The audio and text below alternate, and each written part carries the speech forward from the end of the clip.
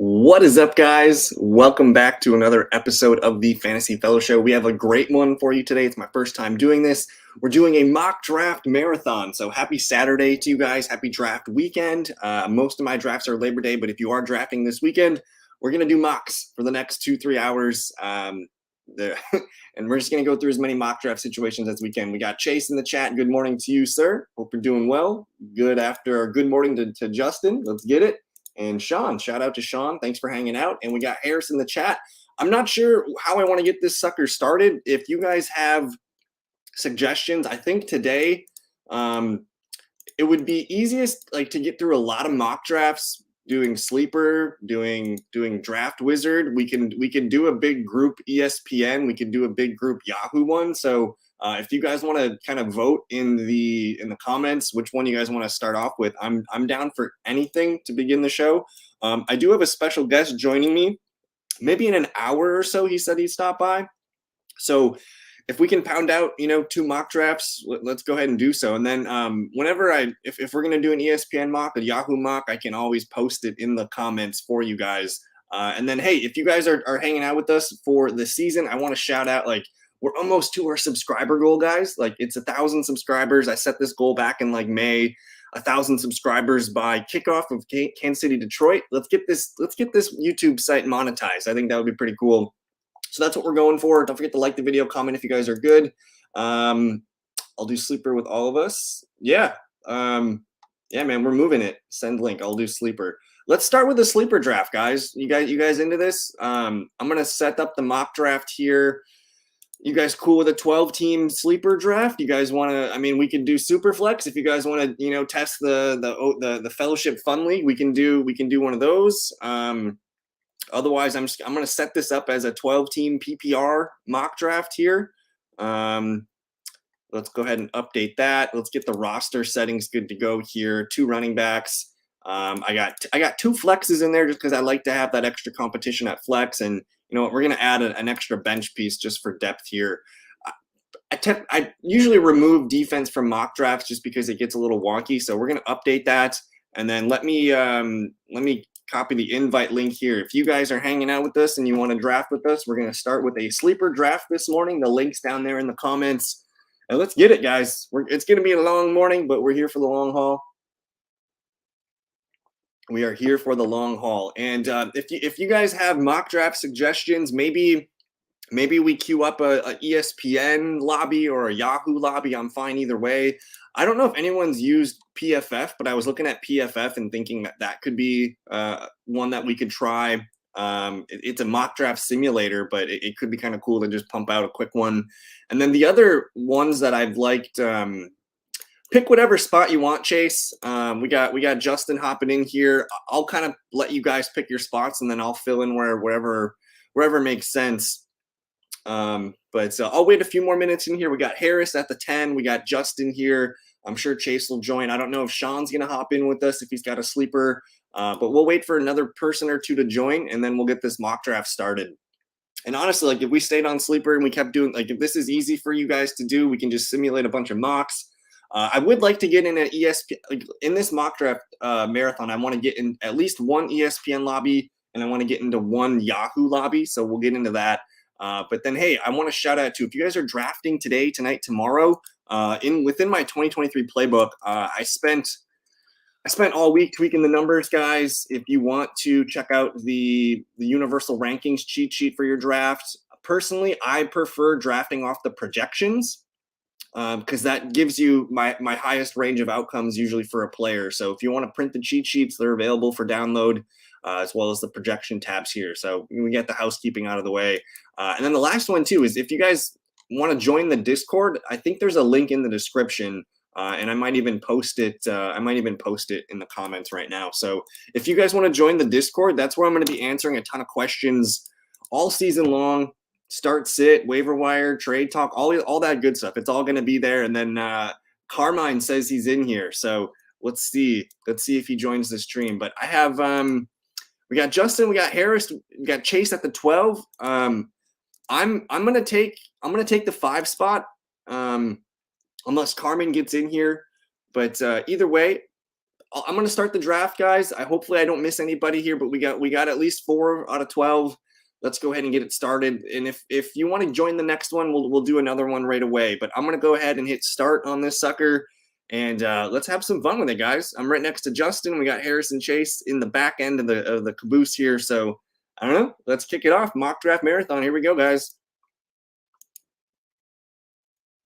Of course, Justin Jefferson, CMC, Chase, and I know Justin's actually mocking for like a real draft of his. He's got the 4th overall pick, so I'm curious to see how Justin ends up doing. Our guy Carmine in the chat, in the Discord, he was asking about a 105 mock draft. Justin takes Austin Eckler, which I think is kind of what you want. You want the top 4 picks. These are the 4 players you're looking at. Gonna be watching over it. Carmen, I'm drafting from your 5th overall pick here. If this is the board, Kelsey, Tyreek, Bijan, I know you've talked about Bijan being your guy in a redraft league, man. Like I don't think once the top 4 guys go, I don't think it's unreasonable to take anybody you want here. Kelsey, Tyreek, Bijan, like go and get your guy. So I know you've talked about taking Bijan at 5. So let's try a draft getting the most talented running back in the NFL draft in the past few seasons. Let's start with Bijan Robinson here as our running back 1. My big takeaway for you guys is I think you want one of the top 6 running backs I've been hammering at the last couple weeks. CMC, Eckler, Bijan, Barkley. Harris gets Saquon Barkley. I like Nick Chubb. I like Tony Pollard quite a bit. And our boy Chase here does Stephon Diggs, Nick Chubb at the 1-2 turn. And then Pat Mahomes goes a little bit early here, but our guy Harris is on the clock. We'll see what he ends up with. And yeah, this is a full PPR format. So me taking a running back, I do want to look. They're going to give me Tony Pollard. They're going to give me Tony Pollard. So any chance that I can get a top 6 running back, I'm going to continue to do it. And if I can get 2 of them, I think it makes a lot of sense. Harris and Chase both went RB running wide receiver start, so they're balanced. But let's try. And I know Carmen, he likes Jahmyr Gibbs round 2 or round 3, but yeah, Amon-Ra St. Brown and Garrett Wilson both got sniped on us. If you want receiver here, Carmen, I really like Amon-Ra St. Brown. I think Garrett Wilson's going to be nice too, but I feel like Amon-Ra is going to have more receptions in a full PPR league. That's probably where I'm at. In a half PPR league to a standard league, I'm probably looking at Garrett Wilson. But I'm going to collect Tony Pollard here. I don't think he should be going there. You might get – so in your home leagues, I'm sure you guys know there's kind of no rules. Guys are kind of, just loose. Maybe some drinks are involved. But for the most part, home leagues get a little weird. It really depends if an owner, a drafter likes a certain team. That could dictate some things. But you might see 1 or 2 QBs drafted in the 1st or the 2nd round. I don't think Mahomes will go this early. But yeah, Olave, sitting at 5, I really like the wide receivers that fall to me in the 3rd round. I don't think Waddle will, but sometimes Olave, Higgins, Devonta, DK, that's kind of my tier that I'm looking for. And we start Bijan Pollard, so we're going to have to bang, a couple wide receivers here for the next few picks. Justin does grab Jalen Waddle. Boss Jacobs here, Jonathan Taylor, Devonta Smith, Josh Allen, DK Metcalf, Chris Olave. So I'm probably going to get I'm curious what Justin does here. Mark Andrews, I know he's been a fan of Mark Andrews. T. Higgins looks pretty good. But otherwise, my team got kind of beat up. Yeah, man. Harris, request whatever you need. If you want to do a Yahoo, we can move to Yahoo after this and get in the queue. We can move to ESPN. If you want to set up this, maybe it works for us to just stick on Sleeper, but I would like to kind of do some different take your Gibbs, man. Take your Gibbs, bud.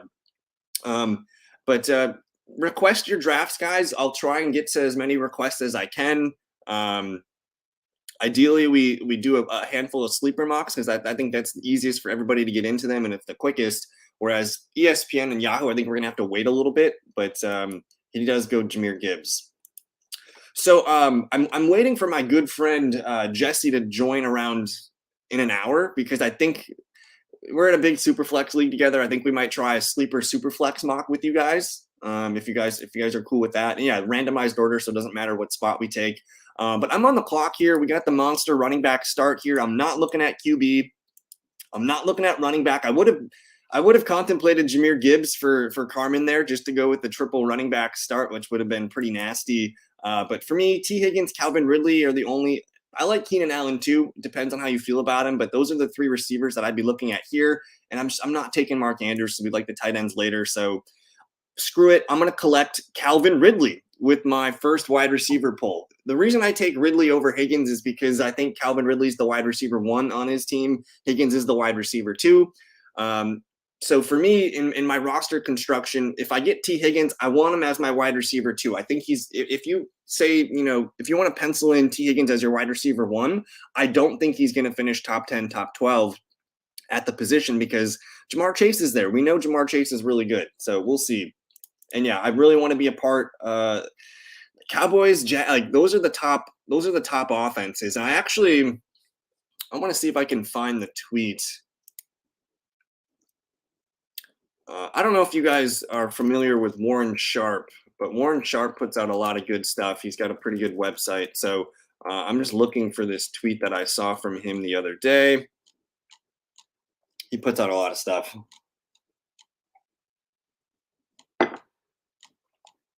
He put out a tweet that shared like the top rated offenses. Let me see if I can't find it, I can't find it, but he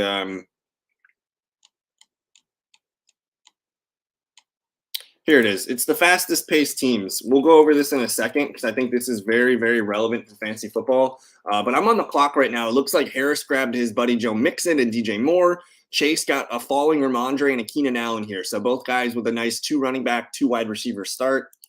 Thoughts on Alvin Kamara? Is Kamara getting up there in the boards?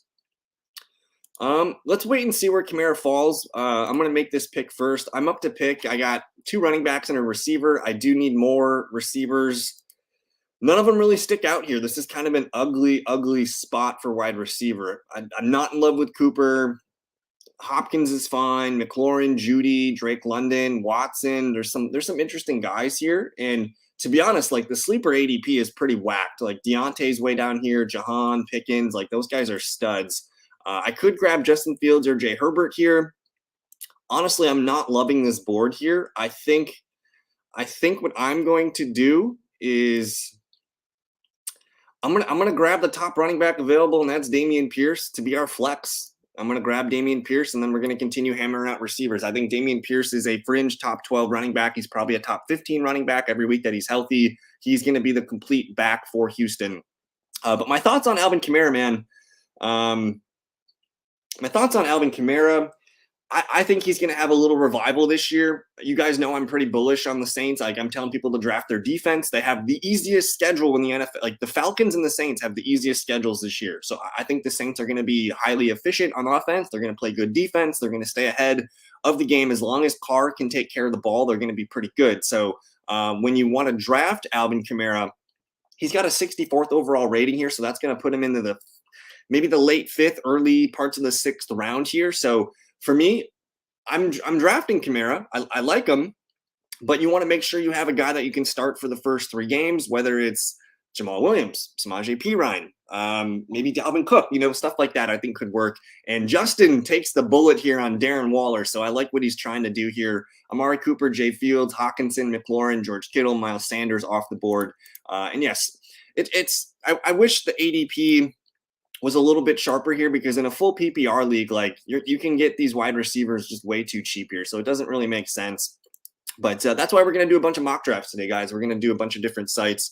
But here's that tweet I was talking about. Warren Sharp put it out. The fastest paced teams. Like if you just wanted to draft like from these top 10 teams, like I wouldn't blame you because they're going to put up a lot of fantasy points. Cowboys, Chargers, Chiefs, Bills, Vikings.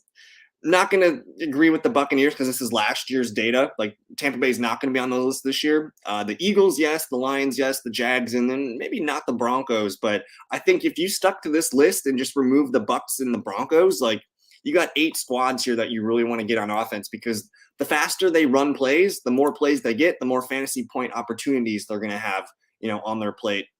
So, yeah, Darren Waller, the baller, man. And if you've watched my stuff, I think you guys know that my tight end strategy this year is I want Darren Waller. You can usually get him in the 5th round. Justin was aggressive here, and I don't hate it because he made sure he got him. But Waller at the late fourth, fifth round turn is probably where you need to go. Otherwise, you guys know my tight end that I love to get. Wide receivers here: DeAndre Hopkins, Judy, London, Watson, Ayuk. I'm gonna say screw it. I'm gonna get Deontay Johnson. I think he's ranked too low on sleeper here. I'm gonna grab Deontay as my wide receiver 2 in a full PPR league. He's got 140, 150 targets in his ceiling. I've been able to tame him almost every time. And yeah, that's probably the sweet spot, honestly, Carmen. Like, Justin is drafting for like his real prep. Like I don't know when Justin's draft is. It might be this weekend, but I know he's drafting from the 4th spot in a 12-team league. So he's trying to just figure it out. And he's in New York, so he's got to draft against some other Giants guys. But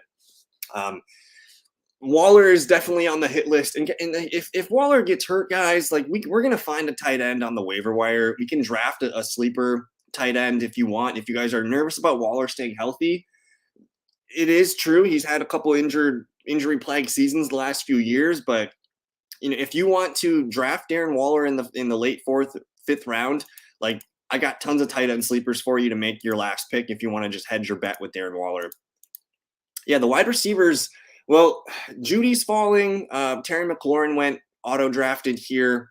I think both those guys are not attractive right now, especially if they're at ADP. Dang it, Chase. He grabs Drake London and Jahan Dotson, 2 elite second-year wide receivers. That's looking really nice. So Chase has 4 stud wide receivers: Diggs, Keenan, London, and Dotson. He's also got Nick Chubb and Ramondre as his running back. So I like that start for Chase in the 12 spot. That's a really good-looking group. And then our guy Harris here, he's got Saquon and Mixon at running back. He's got Devontae and DJ Moore at receiver, and he grabs Trevor Lawrence here. So he pulls a quarterback. He wants a top one. I like the move. And then Chris Godwin as his wide receiver 3 / flex. There went Alvin Kamara. So he went right at ADP. I'm into Kamara. I think you guys should be too. It's tough for me to get him sometimes because I'm usually looking for a wide receiver in this range. Quarterback run got hurt, so I got hit. So I'm not drafting a QB right now. I like some of the running backs coming up here. Yeah, Lawrence he's like the end line. Like there's a clear top 8 QBs for me because after that, like, I don't know, Dak, Deshaun, Tua, like all these guys are going to be good, but I think Lawrence is the clear guy where there's a huge drop off after him. Tight ends are still available: Pitts, Ingram, Freiermuth. I did miss on my boy Dallas Goedert, so it looks like we're going to run this empty on tight end. But I'm up to pick again. And Brandon Ayuk's still available. This is one of those offenses where I don't know if you guys saw, but Ayuk in the Brock Purdy 49ers looked pretty fun last night. They only played 2 drives. Ayuk had a nice 35-yard catch and run to the 2-yard line.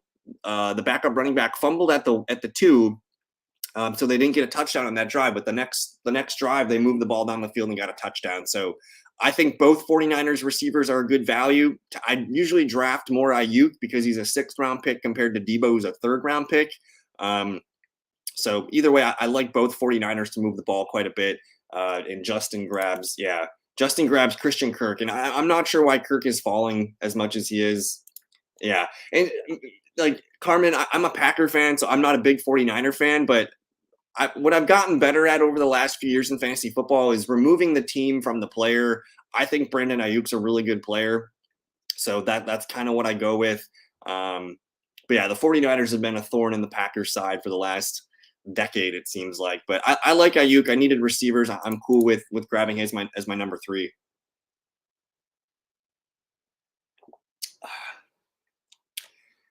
And we got James Cook sighting in the 7th round. I like it. Kyle Pitts, man, nobody wants the Kyle Pitts, which is crazy. There's some running backs I like here. I really like David Montgomery there, Carmen. I think he's one of the best picks in the 7th round here. If I wanted a 4th running back, it could be him. I don't have a Detroit Lion on my team yet, and that would like basically set me at running back for like the rest of the way. And I think that's what I'm going to do. Like I think David Montgomery, I want to stamp him today and say like he's one of the best picks of the 7th round. James Cook is another one of those running backs that I like a lot, especially in a full PPR league. But I think Montgomery, that Lions offense, you want to be a part of that. It's one of those fast-paced offenses that we mentioned, so I like him quite a bit.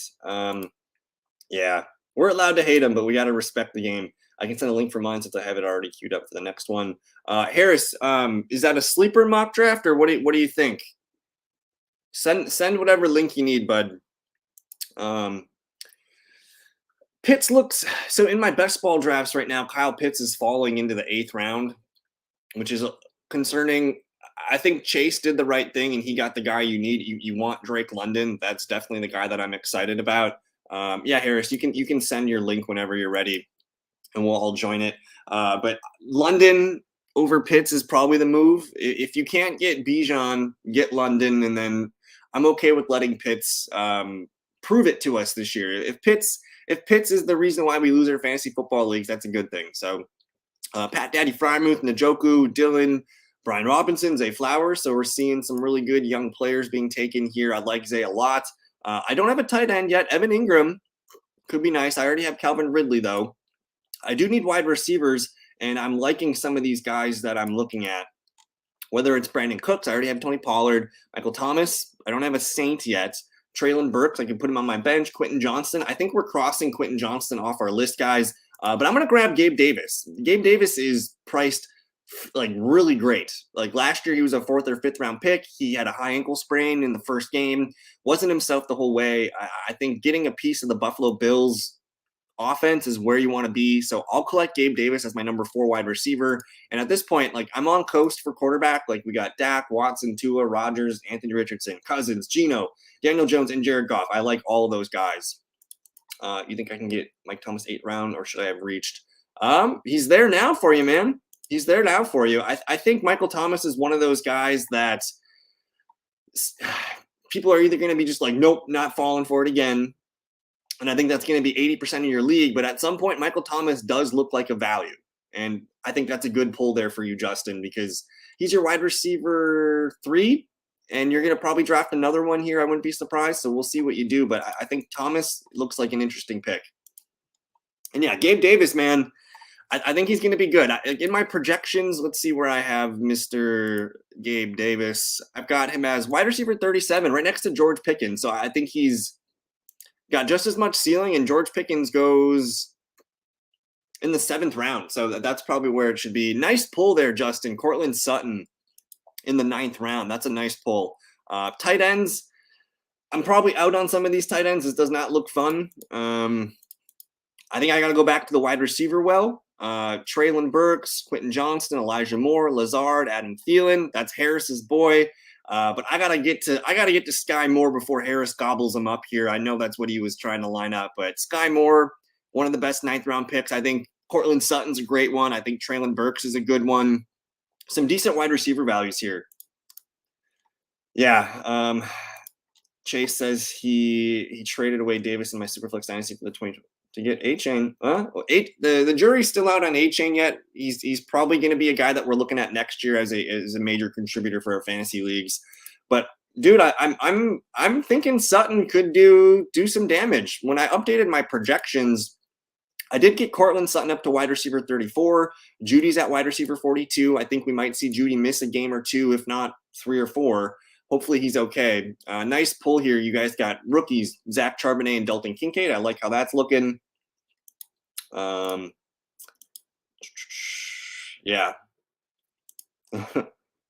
Yeah, I think Gabe Davis is pretty good. Stephon Diggs has said some pretty good stuff about Gabe Davis this summer, looking different. And pretty much everything I've seen out of Bills camp all August is like Gabe Davis is making plays.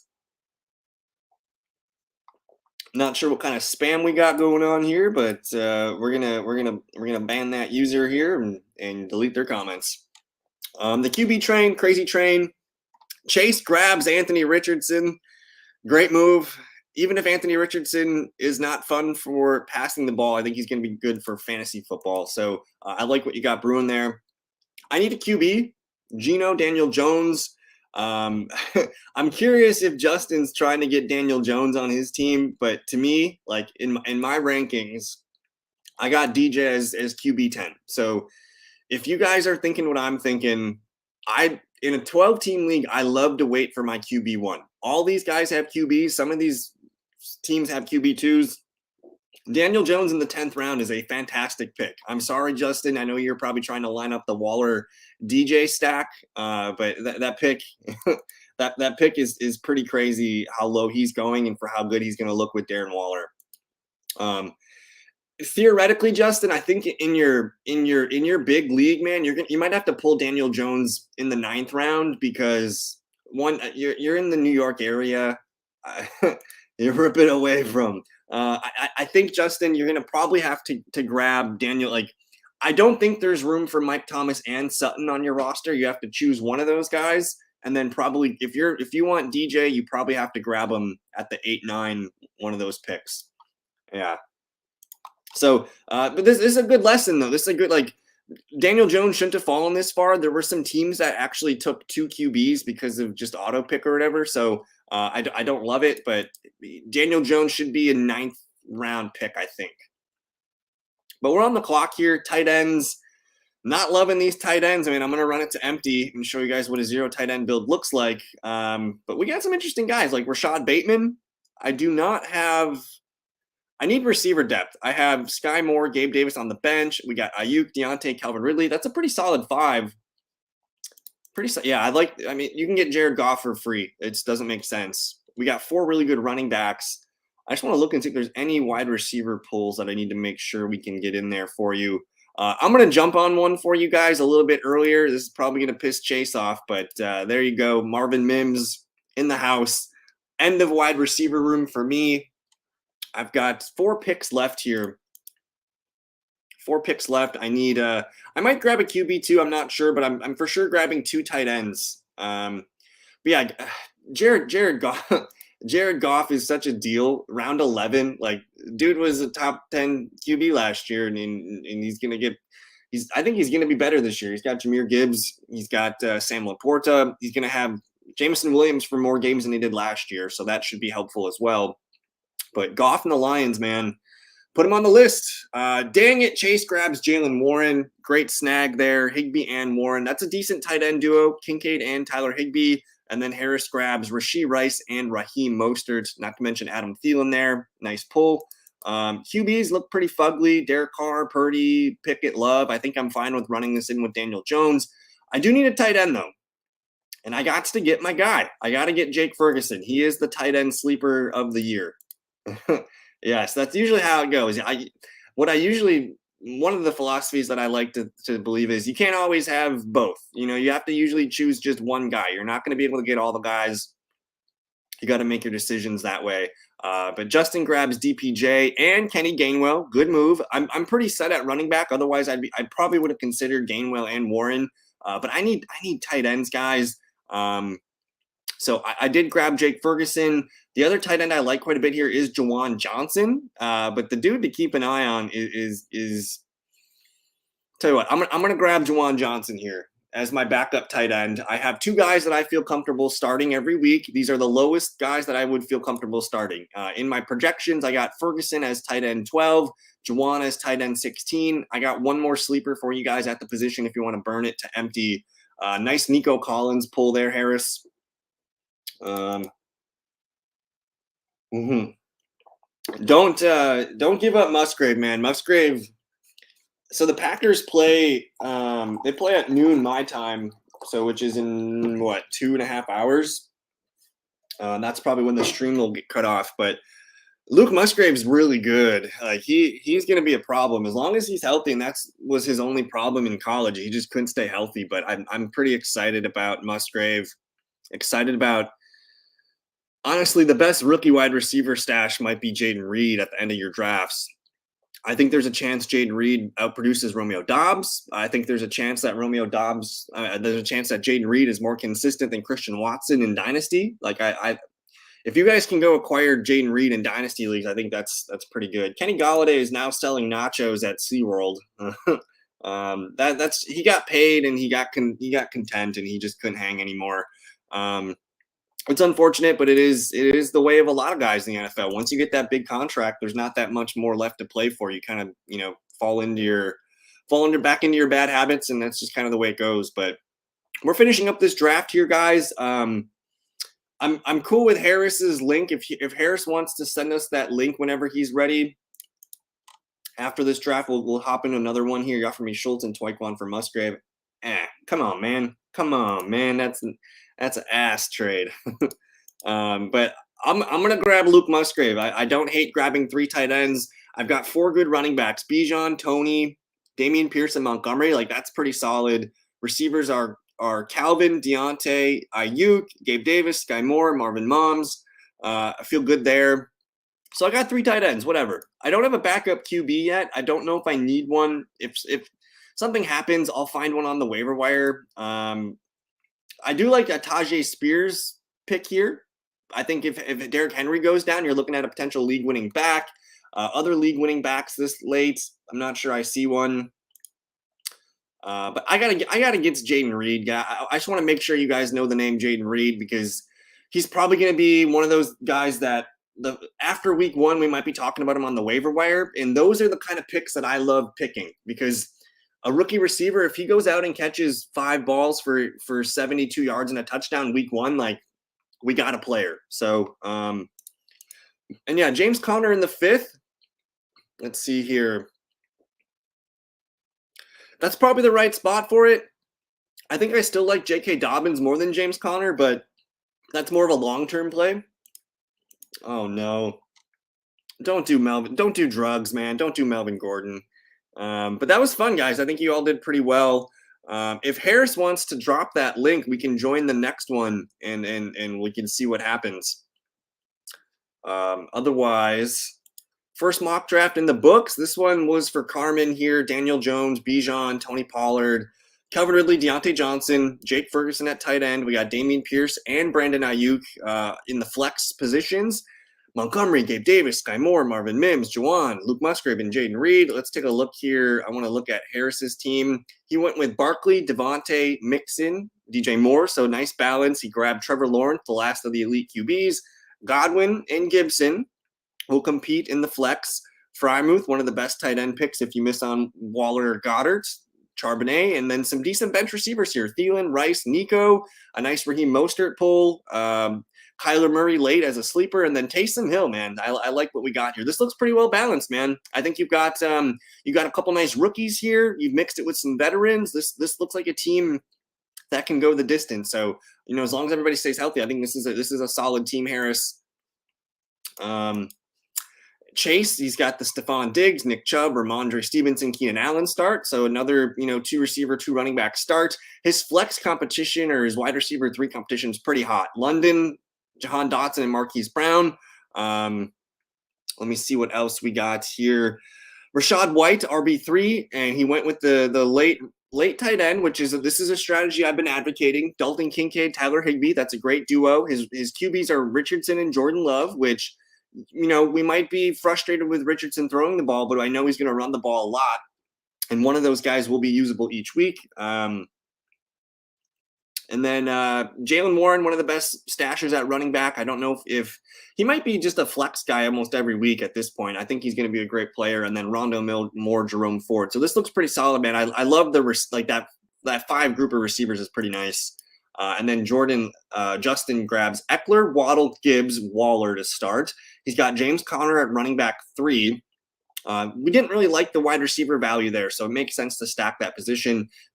Christian Kirk, James Cook, receivers, Michael Thomas, Cortland Sutton. He just needs one of those guys to hit to feel good about this. Russ Wilson, Jared Goff, Donovan Peoples-Jones, Alec Pierce are pretty much similar players. I like the big boom potential of those guys. And then Gainwell and Melvin Gordon. We know we hate Melvin Gordon, but we like these drafts, guys. You think we see at least 4 or 5 drives with Love? I'm going to assume it's 2. That's the number they've been sticking to so far all preseason. I think 2 is the magic number. Hopefully he gets a touchdown or a field goal drive and they call it good. But either way, Harris, my man, are we doing another one? Are you sending a link here? Let me just check the Discord real quick. See if he dropped it in here. But Harris, we're ready for the next one. If you want to send us a link, or I can run it back and we can do another one. Depends on what you guys are feeling. We can hop into an ESPN one that could start in a few minutes. Where is the link?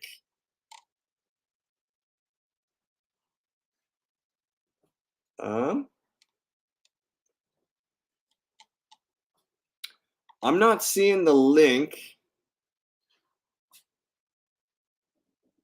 Can you resend it, Harris?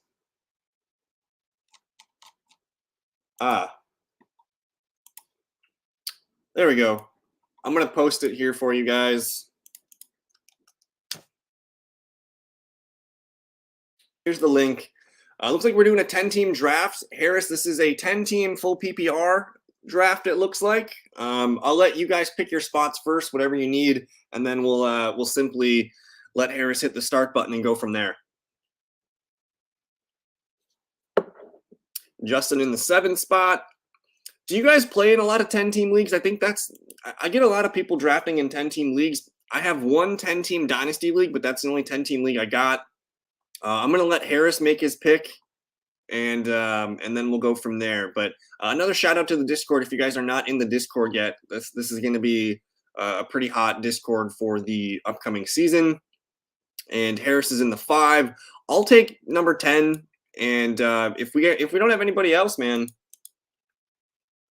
home leagues are 10-man, mostly 12. Used to be 10. Very comfortable in 10-man. 10-man leagues are always fun because you're gonna like your team. They're really stacked. I think in a 10-man league, my strategy changes a little bit. It changes just a little bit because I'm more open to grabbing a top QB in a 10-man. I'm more open to grabbing a top tight end in a 10-man. It changes just a little bit.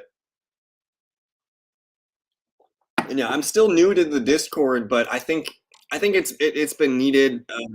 It's tough for me because I put stuff out on Twitter, YouTube, TikTok, and it's hard to keep all the comments.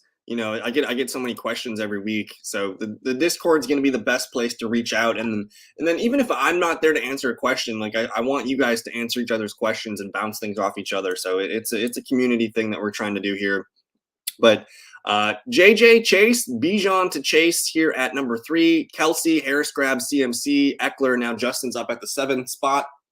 We'll see what we can do. What preseason? I think there's a lot. I think there's a ton of preseason games today. I just want to look and see what we got brewing.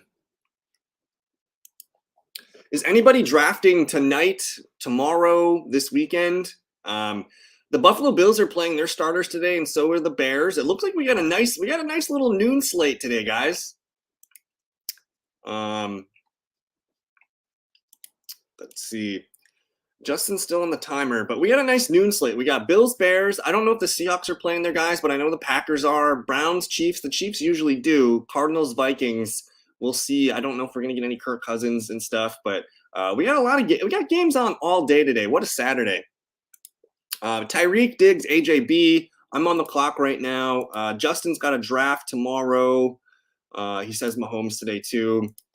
Tomorrow during the last game. Sweet. All righty, guys. So Justin, is that your 12 team with the 4th overall pick?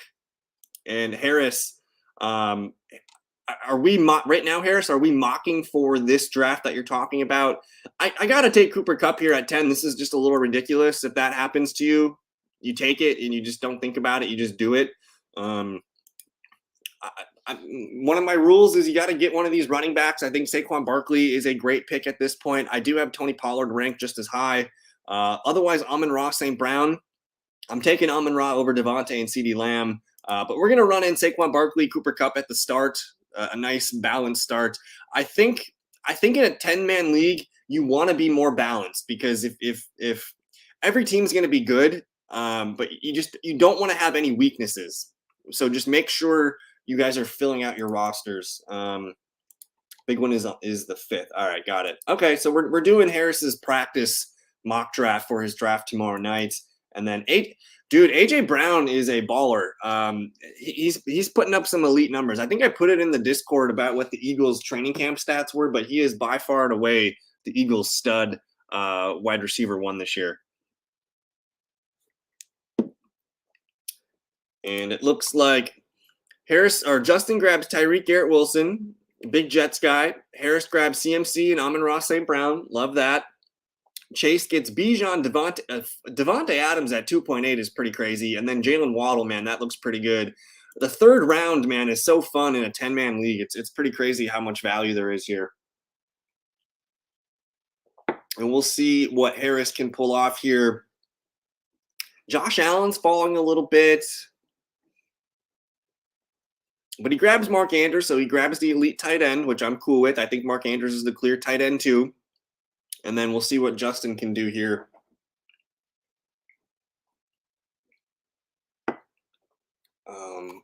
There goes Josh. So he grabs Jahmyr Gibbs, which is that's his running back one. Josh Allen, Chris Olave, and y'all gave me two of my favorite picks. I'm not taking running back here. Najee, Etienne, Brees, Joe Mixon. I'm not doing it because I can get elite wide receivers here. Devonta, DK, and Calvin Ridley are elite receivers. I mean, I've got these guys ranked. I got DK and Devonta ranked 13th and 14th. I think they are the best wide receiver twos that you could put on your team, and I'm gonna get one of them as my 2 and one of them as my 3. So I'm double dipping at wide receiver. Kupp, Devonta, DK with Saquon Barkley. That's a fun start for me. Josh Allen fell to the 5th. Oh wow. And I don't know what you guys think, but I'm pretty excited about DK Metcalf this year, and the Jackson Smith and the Jigba injury. If Tyler Lockett's moving up boards because of the JSN injury, why isn't DK Metcalf moving up boards? I think he's the clear alpha in that room. He's going to lead the team in targets, probably going to lead him in touchdowns. He might lead him in yards again. I love DK Metcalf. Justin grabs Joe Mixon at 4-4. Harris grabs Aaron Jones at 4-6. And then Chase does grab Calvin Ridley, wraps around with Lamar Jackson. And yeah, the 10 man is it's like bumper bowling, man. We're getting so many good picks and so many good values at the top end of the draft. It falls pretty nicely here, but everyone's looking pretty good right now. Chase had a nice Lamar Jackson pull. We'll see how he lands it. And then Harris does grab one of his favorites, DJ Moore. I do like DJ Moore in the 5th round. I think he's best used as a wide receiver 3, but he's going to be a wide receiver 2 for the most part. And then we'll see what Justin can do with his 5th round pick. He grabs Darren Waller, so that's the spot to do it. 5th round in a 10-team league makes a ton of sense. I'm on the board right now. One of my favorite running backs falls to me. That's Dameon Pierce. I think he's locked and loaded as a running back 2. London, Watson, Godwin, Ayuk. Look at the receivers, my man. I'll tell you what. I'm going to do something a little crazy. Well,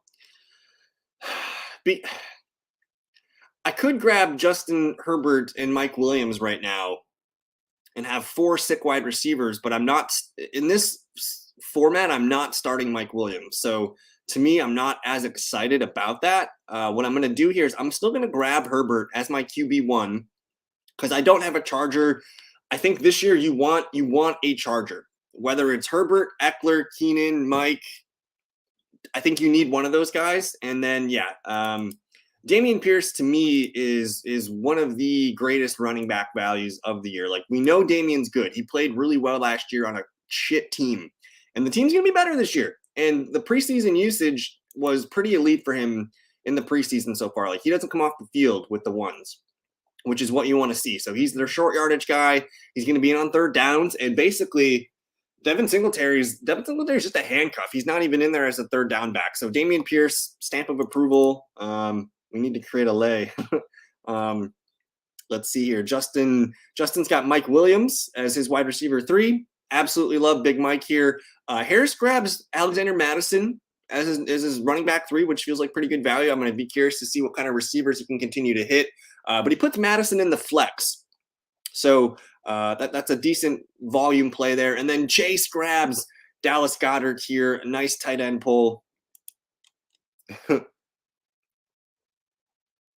And so, Justin, I'm going to be getting when I do my best balls on drafters because they have a reward this month where if you do 30 drafts in their $20 draft, you get a $50 pick'em ticket. And so I'm probably gonna whip up a season long promo bet with that. But yeah, we're gonna probably look at some season long parlays soon. But Chase is back on the board here. If you guys are new to the stream, don't forget to like the video, subscribe if you are new. It lets people know this channel is popping. Rashad White, great pick in a PPR league. Alvin Kamara goes as well. And yeah, I got on drafters, you got a $50 ticket for free if you did these drafts. And like, if I were to do the full 8 legs of the parlay, it would pay out $5K. We're not going to do that. We're probably only going to do about 3 or 4 legs, but Rashad White's worth a bet, man. You waited for your RB2. I think in a full PPR league, that's the league you want him in. Great pull by Harris here. Tyler Lockett in this round seems pretty good. White and Connor as my RB1 and 2. Who's your RB3? Monty incoming. Uh-oh. Is Justin grabbing Monty? There's some good receivers on the board, though, like Ayuk, Pittman, Kirk, Marquise, Pickens, Deontay. What are you doing giving me Deontay Johnson this late, guys? What the hell? Pat Daddy Fryermuth this late? Oh, my goodness. Monty's RB3. I'm probably you're feeling good. If I might actually start Montgomery over Rashad White week 1, but that's just me. I'm on the clock here. Y'all gonna give me David Montgomery this late? I'm gonna do it. And then the wide receiver value right now is pretty insane. Ayuk, Pittman, Kirk, Marquise, Evans, Pickens. One of these guys gonna be in my bench. Full PPR setting. I'm just Deontay Johnson, guys, is a baller. So we'll grab Deontay and David Montgomery here. I feel good about your running backs, man. Sadly, he had great receivers. Was no point in taking those guys. Yeah, and you already had Javonte, which I like what Justin did here. He's got Gibbs and Mixon. He doesn't need Javonte Williams week 1. This is how you can. This is how to draft appropriately. Because if you want Alvin Kamara suspended for 3 games, if you want Javonte, who's not going to be the bell cow right away, grabbing these guys as your running back 3, I think, is a great move. And I'm really excited. Honestly, when Judy injury happened, my head instantly went to the running backs. I think this team's going to run the ball. They're going to run the hell out of the ball. P. Ryan and Javonte are going to get volume. That's probably where you want to lay. Nice pull here from Harris. James Cook in the 8th round in a full PPR league is easy money. Chase grabs 2 great players here, Christian Kirk and Antonio Gibson. I love those guys on the bench. I want to trade for a better top tier. Yeah, I mean, if you can, like, if you want to see what Rashad White plus James Conner gets you, like, or if you want to throw in James Conner plus a receiver, Conner plus a bench piece, see what it can get you. Wish Gordon stayed. Man, they didn't want Melvin Gordon, remember? Jackson Smith and the Jigba, AJ Dillon, Pat Fryermuth falls to round 9. That's a great pick here. We'll see what Justin can do. It looks like he's got to grab it. He grabs Dak Prescott. Interesting. I was thinking he was going to get his Daniel Jones, Darren Waller stack. Yeah, you're having a good last 4 picks here, Justin. I'm on the board, and y'all effed up again. You gave me Jahan Dotson as my wide receiver 5. Disgusting. Tight ends are pretty gross. I think I'm going to burn it to empty again on tight end. If I had to grab one, I don't hate Njoku. Njoku's a good prospect. But Brian Robinson, I can grab some running backs here. We got Saquon, Dameon Pierce, and Montgomery, though. I feel pretty good about that position. I could just finish this draft with the wide receiver and be done with it, and that's what I'm going to do. I have 6 studs. To me, I have Kupp, Devonta, DK, Deontay, Jahan, and Gabe Davis. I'm done drafting wide receivers. Harris is going to gobble up Sky Moore here in a second, but that's all good. Yeah. And I'm curious, why how come Dak Prescott here, Justin, over Daniel Jones? Are you still going to grab Daniel Jones with this spot?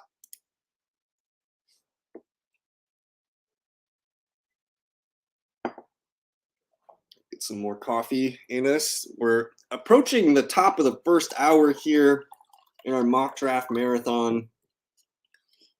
So next weekend, guys, I'm not going to be able to make any videos. I have my biggest home league drafts. I have to leave Thursday night, so I literally only have Sunday, Monday, Tuesday, Wednesday to get you guys any more content. So we'll see what I can whip out. But we're still doing our Wednesday night ESPN draft at 6 p.m. Central Time. Justin does double dip. I like the double up. Prescott and Jones play the matchups. Pretty good pull. But Wednesday night, I'm still doing that the ESPN live mock stream. We're going to be doing a live Yahoo real draft with Harris. Harris is hosting a league for us. I don't know, Harris. I don't know if you have any more spots available in there, but we could advertise them. Oh yeah, we're streaming the Fellowship Draft, man. That's going to be Monday night, Labor Day weekend. I'll be back for that. So we're going to live stream that. We're going to have fun doing that. SuperFlex. Nice pull here from Harris. He grabs Tua as his wide receiver or his quarterback 1, and then Sky Moore here for Chase. As it's looking like now we're just filling out our benches. Everything's looking pretty good here for you guys. So we're gonna stream. So Wednesday night's gonna be a doubleheader stream.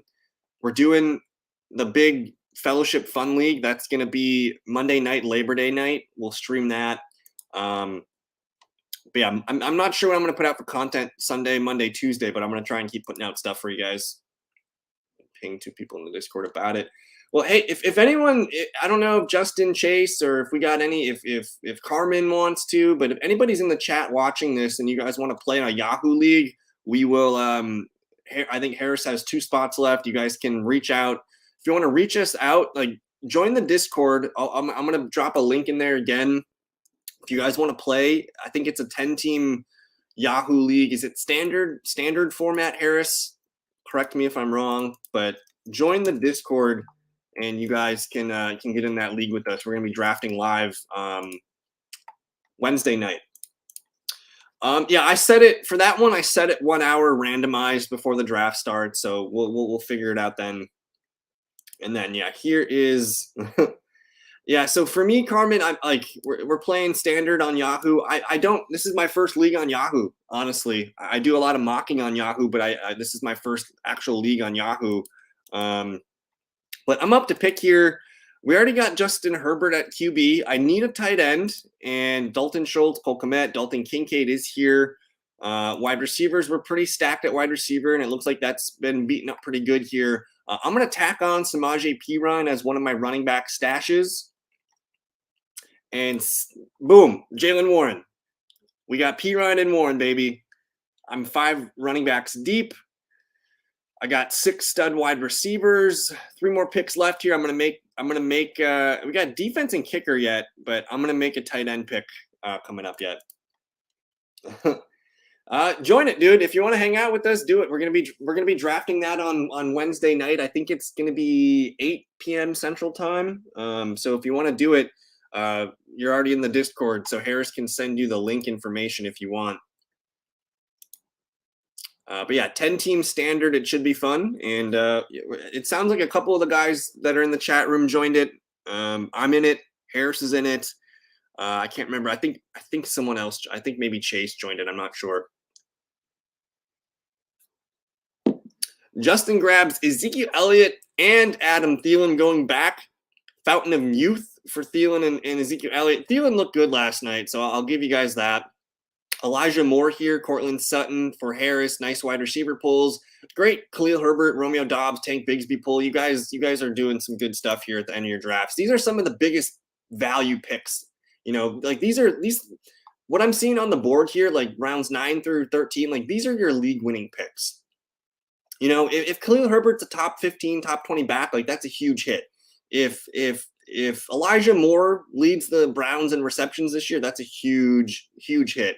Harris grabs Jared Goff as his QB too. Like that's fantastic value, Harris.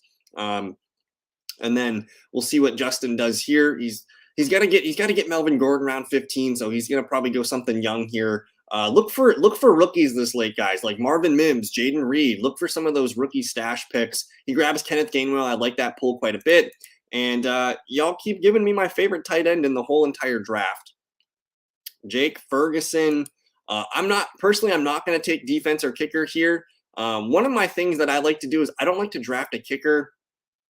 Sometimes I do that, but I'm gonna grab Juwan Johnson and Jake Ferguson and call it a day.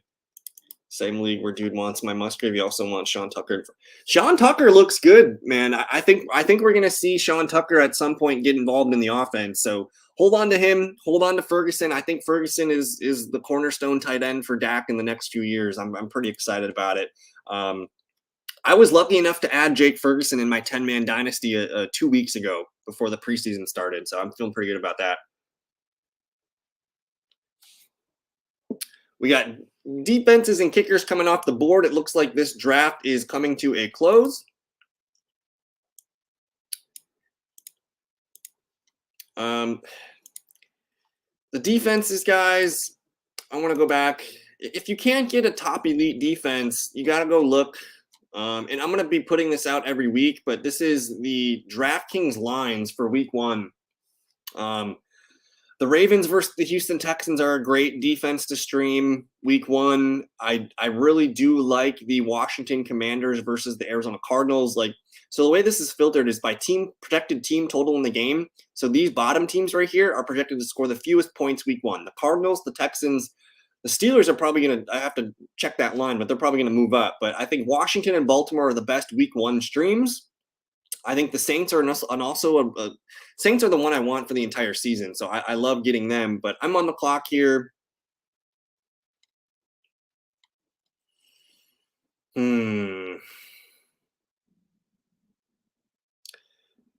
I don't know what to do with this pick. I'll take the Packers defense and call it a homer draft. But good draft, guys. Let's look at Chase's team real quick. He's got Bijan, Devontae, Waddle, Calvin Ridley, Lamar Jackson, QB1. My favorite tight end of the draft, Dallas Goedert. And then Rachaad White at the RB2. And then the rest of his team is really solid bench. Christian Kirk, Gibson, Sky Moore, Herbert, Dobbs, Bigsby, Saints, and Carlson. Really nice draft there, Chase. That looks pretty good. Harris, CMC, and Amon-Ra St. Brown. That's a perfect first 2 picks. Mark Andrews continues this perfect draft here. Aaron Jones, I love in the 4th. DJ Moore. I know you're a big DJ Moore guy. PPR DJ Moore, I'm in for it. Madison at the flex. Tyler Lockett off the bench, wide receiver 3. Really nice running back pulls here. These are nice depth pieces. James Cook and A.J. Dillon. You want running back depth. That's going to be the position that's battle tested. Tua, Elijah Moore, Sutton, Goff, McPherson, Commanders. Really nice draft there, Harris. We got Justin up next, Tyreek and Garrett Wilson, Gibbs and Mixon. Really nice balanced start. Darren Waller at the tight end is the baller. Mike Williams in the flex. I like that. You got Javonte Williams, man, stashed on the bench. You got George Pickens, your next man up on the bench. Dak and Daniel Jones as a viable 1-2 threat at QB. Thielen, Elliott, Gainwell, Tucker, and Miami Dolphins. And I ended up my draft with Cooper Kupp and Saquon Barkley at the top of my draft. Devonta and DK, wide receiver 2 and 3. Herbert as my 1. I got some running back depth here with Dameon Pierce and David Montgomery. Wide receiver depth is pretty popping here. Deontay, Jahan, and Gabe Davis. I got some nice running backs here. Perine and Warren on the end of my bench, and then we went 0 tight end. So really nice. Everyone's kind of dialed in here. Really nice draft, guys. Very nice draft. Do you guys want to move to an ESPN? Like, let's get some different ADP in here. Let's hop into. I'm gonna hit refresh here. I'm gonna look for a 12-man draft here on ESPN. These suckers fill up fast. I gotta go to the bottom of the list here. Pro 12 team. No points per reception. My bad. Yeah, we're going to move to ESPN, guys. So get your ESPN apps ready. I'm going to post the link in here. These drafts don't start for a minute yet. Expert League. It's so hard to find these mock drafts on ESPN. It's so messy. Expert.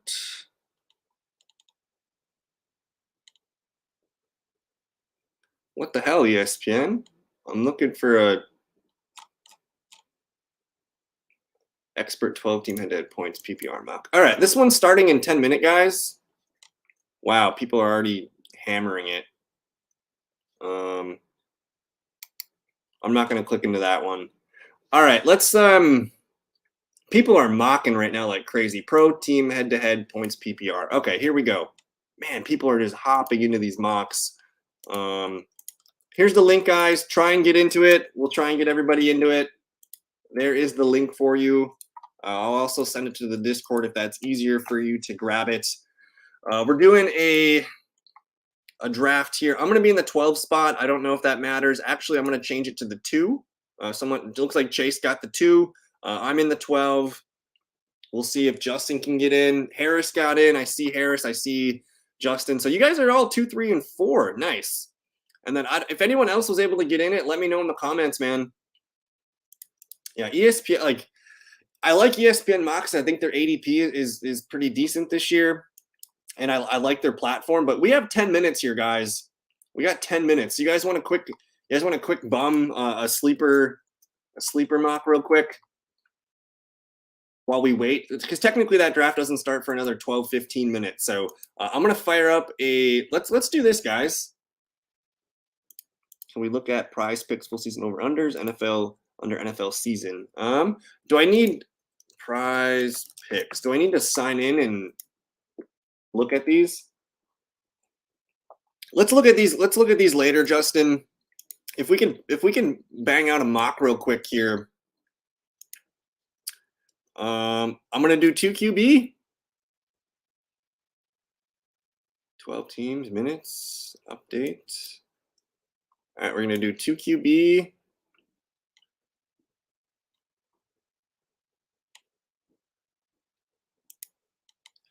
We got the SuperFlex in there. This is essentially the fellowship setting. So you got the QB and the flex, update, and I'm gonna copy the link here for you guys.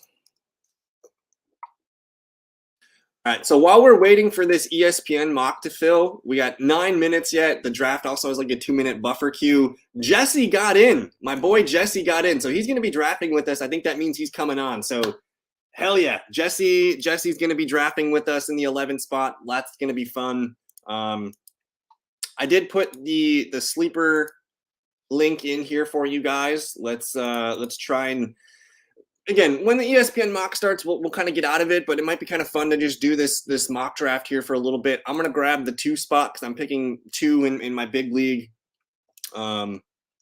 Question for my 1 QB Dynasty Taxi Squad. My league has it once season starts. You can move tax members. I have Sean Tucker, Zappy, and Malik Davis. Should I get Tucker on my bench? No, not like. Does it lock in? Does it lock in there, Chase?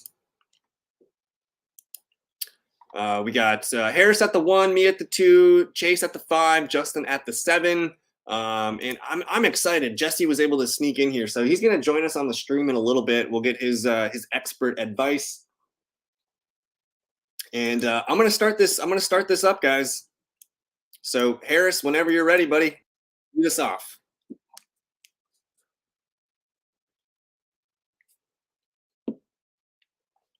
So if it locks,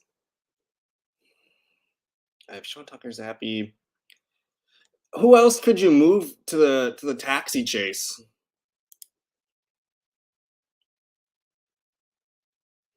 Who else can you move to the taxi squad? Superflex is so fun, man. And I'm gonna try something because QBs go way early in a Superflex league, and so the thing about Sleeper, why I don't like the Superflex mock on the Sleeper app, is their default 2 QB setting is non-PPR. I believe it might even be half PPR. I'm not sure on that. So it does make you want to go QB early. So I'll take Jalen Hurts here, and we'll see what happens. Up to Chase now. It says for Taxi Squad deadline, you can still move players in Taxi Squad until first game once deadline passes. Okay. Yep, go ahead and send it whenever you're ready.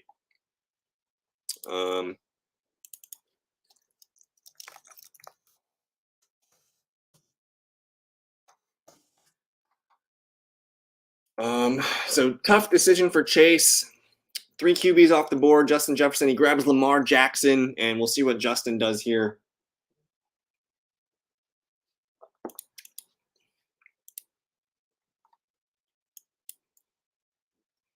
And then we got some guys. That's probably the right move. If you're in a top 10 pick here, Trevor Lawrence doesn't feel great as a first-round pick, but I like all these top 7 QBs. I think those guys are worth the first-round pick. At this point, we could be pulling QB2s, but it looks like a lot of teams are probably going to be taking their first running back wide receiver. Justin grabs Deshaun Watson as his QB2, so the first team with 2 QBs. Diggs, Saquon Barkley. You got Lamar Jackson for Chase here. We'll see if he pairs it with another QB. Sent team. It's currently in rebuild. That must be in the app over here.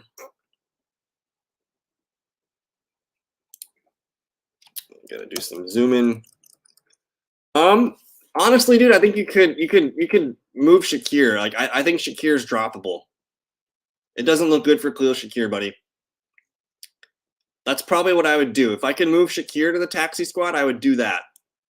That's the easy call for me. Move Shakir to the taxi squad. I don't trust him this year. He's kind of the wide receiver 5 right now for Buffalo. I'm up to pick though. We got some studs available here. I see the QBs. We got Chubb. We got Tony P. I got Harris at the turn. I don't know what that wild man's gonna do, but I'm gonna grab Tony P. So Shakir just isn't having. I see Jesse join the queue. Welcome, Jesse. Hope you're doing well, my man. What's up? What's up? I snuck into that mock. You can hear us, okay? Just barely. Yep. Can you hear me all right? Yep. We got about 7 minutes until the stream. Jesse is with us. Yes, we're an hour into it, man. We're rolling on coffee and fumes right now, but yeah, absolutely. You got the Jordan Love jersey on, and he's in Lambeau. So we're having fun. We're representing today. So I gotta answer this question real quick. We got Chase asking us about Khalil Shakir. It sure sounds like you got Diggs and Gabe Davis at the top, and then their wide receiver 3 and 4 sounds like Trent Sherfield and Deontay Hardy. Khalil Shakir just hasn't had a great offseason. So personally, in a dynasty league, Jesse, is Khalil Shakir someone that needs to be rostered? It depends how deep your bench is. If you're running a shallow 7-8 man bench, probably not. If you can stash them away, maybe worth a shot. Just something happens at Diggs, he probably steps up and it comes in at least 3 receiver sets. So Chase's original question was, should he he's got Sean Tucker in his taxi squad. Should he move Sean Tucker up and put Khalil Shakir in the taxi squad? I said yes. Because I think we're probably going to see Sean Tucker at some point. I think Rachaad White, that's his job. But with the Buccaneers season looking like how it's going to go, they're going to see what Sean Tucker can do at some point, right? Sure. Yeah, I mean, at that point, it's like, who's out there on the waiver wire? Is Trey Palmer out there? Is Michael Wilson out there? Is, some of these maybe more exciting first-year guys. Yeah. Maybe take a shot on that over Shakir, who. Honestly, I wouldn't mind grabbing Deontay Hardy or Trent Sherfield. Yeah. Those guys are proven players. They might be worth a shot. We're doing a shitty SuperFlex mock on Sleeper here. Sleeper doesn't allow me to do a full PPR 2 QB SuperFlex, which is frustrating. So that's why the QBs get pushed up the board. I'm on the clock right now. I can get your boy Anthony Richardson as my QB2. We got some nice running backs here. I started with Hurts, Tony P, Amon-Ra. Keenan Allen's still on the board. I'm gonna grab a wide receiver here. But man, what are we up to today, Jesse? You gonna be watching football today? I will be tuning into the noon games. Yep. It's a good noon slate. It's a really good noon slate. It is nice.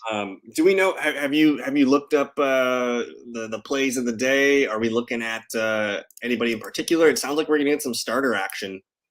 Yeah, we're gonna get 1 to 2 series from the Packers. That's about all I know right now. So I haven't really dug into the DFS, but it'll be probably at the 11 o'clock hour. I'll do a little dancing. Okay. We're still about 5 minutes out from our ESPN mock. Is that true? 7:25. I got a minute 47. So ESPN has 2 minutes. Let's go. Okay. We'll move over to ESPN in a little bit. We'll just continue mocking this, for the next few minutes. I'm glad you were able to get in the ESPN mock. I don't know how much it's going to help us, but it's like in our draft next weekend, I'm going to be printing off the ESPN ADP. So I do think it's wise to practice using what other people are going to be drafting with. The ADPs are going to be pretty helpful. So yeah, we'll see what we can do. You would think one day ESPN would kind of overhaul their mock.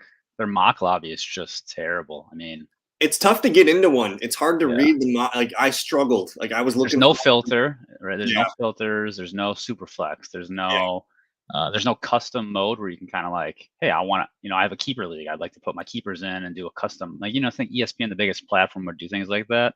Yeah. Because they have other priorities.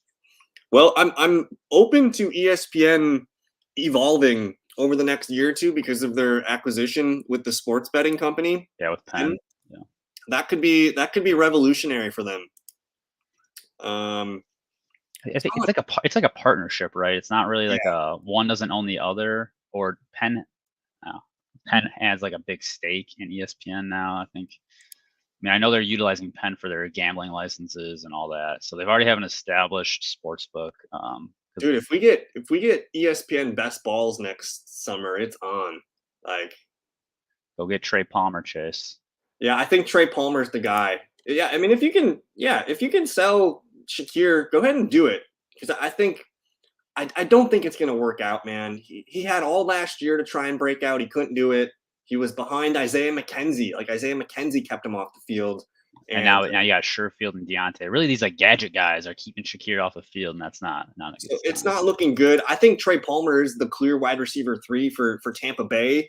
And did you see the clip of Trey Palmer beating Sauce Gardner on a route in joint practices? Really? Yeah, he Sounds beat him nice, pretty though. good. And like afterward, they're like, "Did you know that was Sauce Gardner that you burned?" And he's like, "No player, no face, no something like that. I don't know who I'm lining up against, but Love it was that. it was pretty funny." So yeah, I like Trey Palmer over Khalil Shakir for sure. Yeah, if Um, you could scoop like a second or third round rookie pick, that'd be real that'd nice. be it. Yep. I'm probably done with the sleeper mock draft, guys. If you guys want to continue doing it, please do so. But I'm gonna pivot towards the ESPN. Yeah, ESPN starting now. So I'm probably just gonna let this run. If you guys want to keep making your picks, I'll let it auto. But I'm gonna move to ESPN here.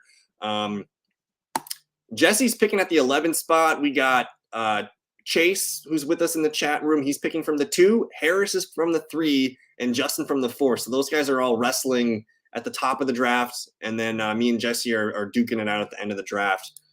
Round 1, pick 11, Jesse. What's going through your mind there?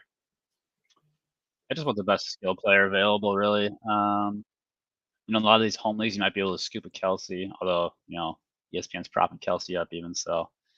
Sometimes that tight end will slip in your home drafts. Otherwise, I'd love to come away with maybe Bijan, maybe Tony, maybe top receivers. There's a few good ones there at the board. CD, Garrett Wilson, Amon-Ra.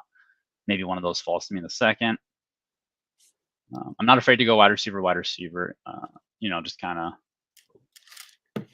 Something I've been telling my people on streams is I think you want one of the top 6 running backs, but the receivers at the end of the first round, early second round look really, really good. And I just want to dismiss this. We're not selling Marvin Mims at all. So Marvin Mims buy window is not open. That Marvin Mims might look like one of the best dynasty picks. After a month of football, Marvin Mims might look like one of the best rookie wide receivers. But we're moving here in the first round. Chase grabs Jamar Chase. Harris grabs CMC, and Justin grabs Austin Eckler. Jesse, take us through your sick mind here at pick 11. I mean, Saquon feels like a pretty good pick right now. Just, Derrick Henry getting old, probably in that next tier for me. Tony Pollard, maybe another decent pick, but I think Saquon just represents a lot of upside. Yep. He's going to be very involved in a Giants offense that I think is an ascending offense. So I'm going to go ahead and lock Barkley in there. We're not even thinking about Derrick Henry here, right? We're both on that same page. Yep. No. Like to me, it's Tony Pollard. That's if I'm going to take a running back here, it's clearly Tony Pollard. But Diggs, Lamb, Wilson, St. Brown, AJ Brown, receivers are looking pretty slick. I'm going to grab Tony P, one of my favorite running backs this year. And then just for fun, we're going to grab AJ Brown, one of my favorite receivers. I have his goddamn Titans jersey. That hurt, but I'm glad AJ Brown's back on his baller duties. What do you got brewing here? Yeah, so as you mentioned, the list of receivers is really nice. So grabbing Tony P there made a lot of sense because that was the last tier guy.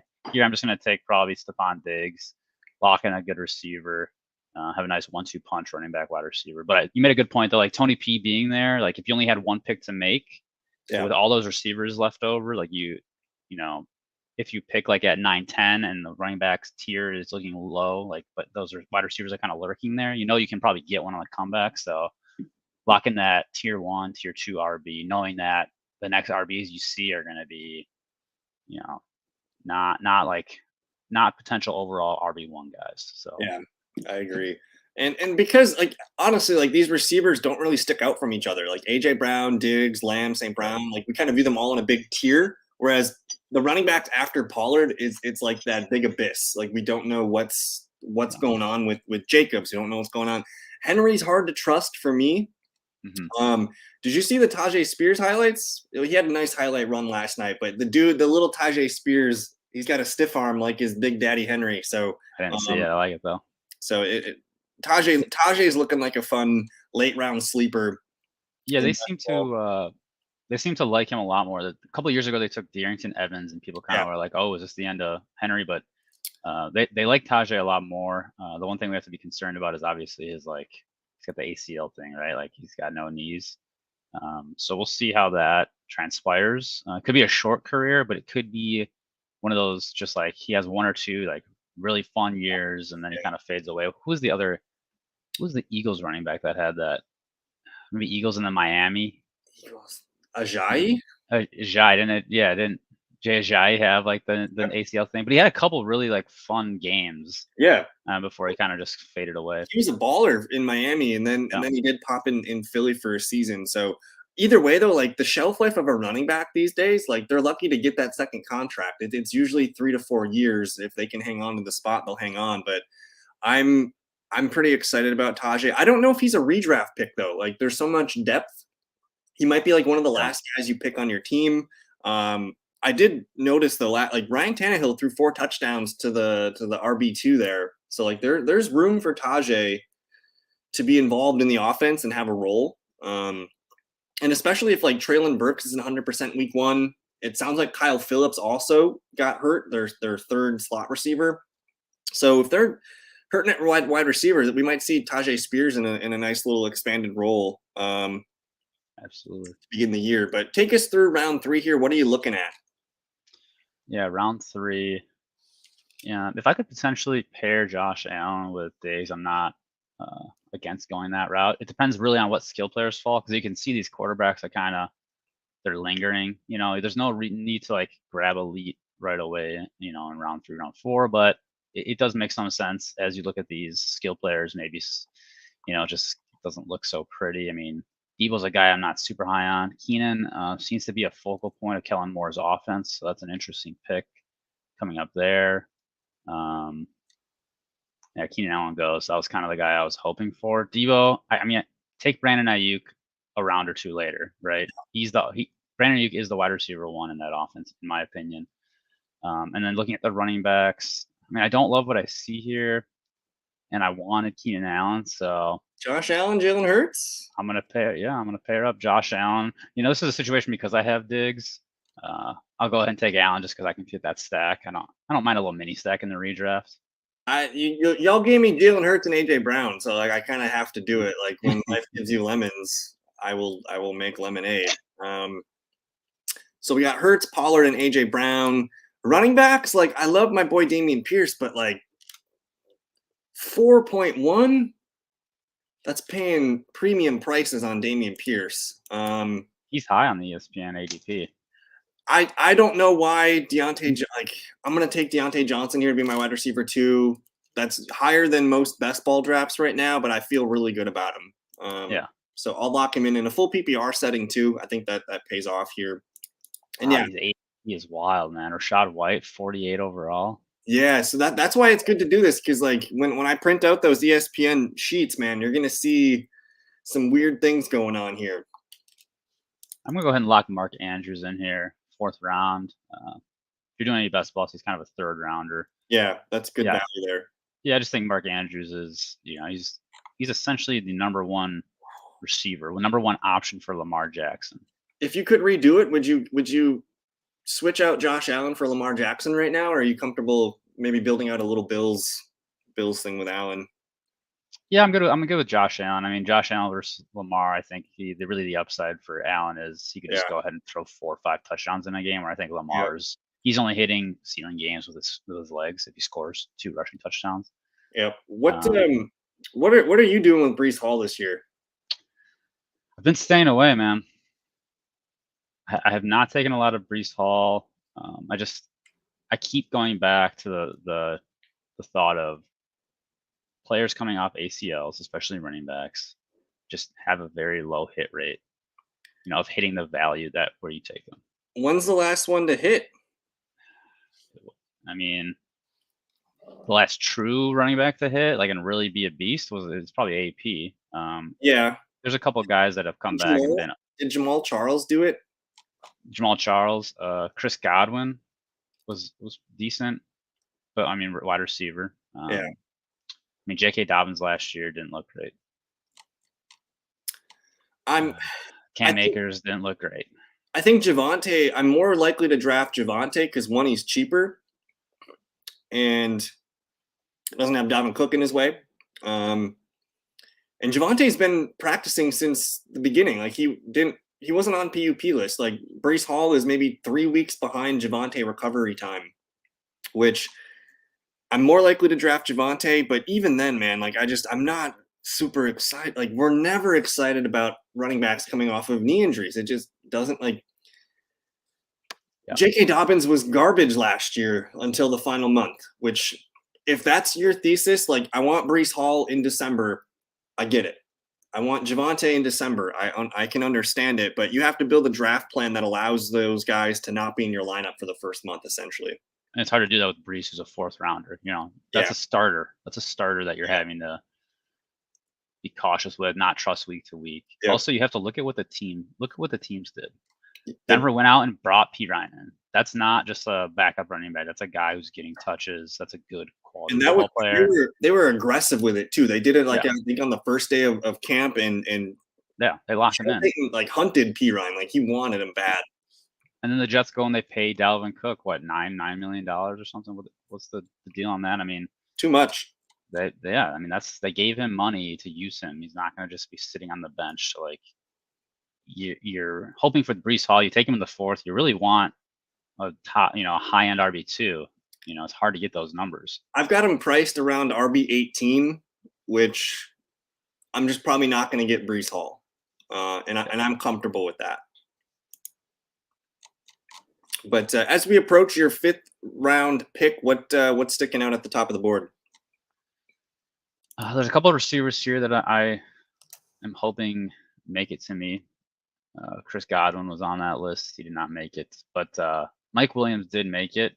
I'm excited about the Chargers offense as my wide receiver too. I know there's going to be some down weeks with Mike Williams, but I'm hoping those big weeks hit when I need them to.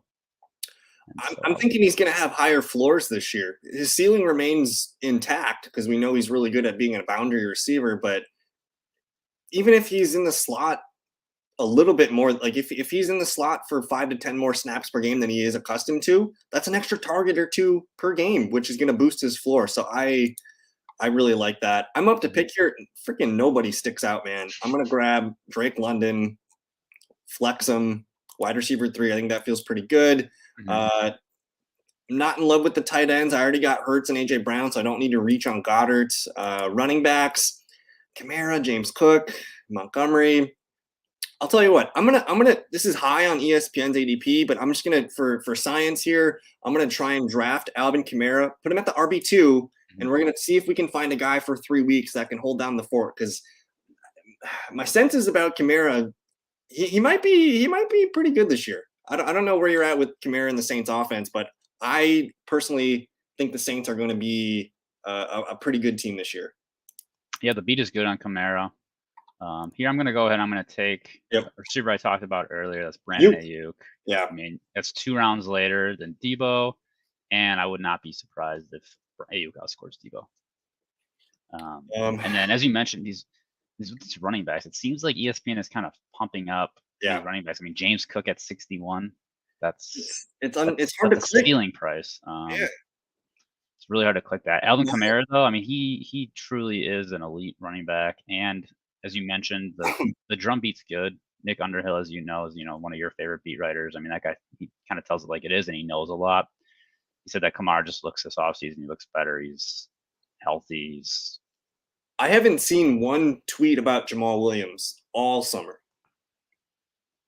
Like this is still Kamara's backfield. I feel pretty good about that. Sure, Jamal Williams, dude's gonna be 18 carries for 65 yards and maybe a touchdown for the first 3 games, right?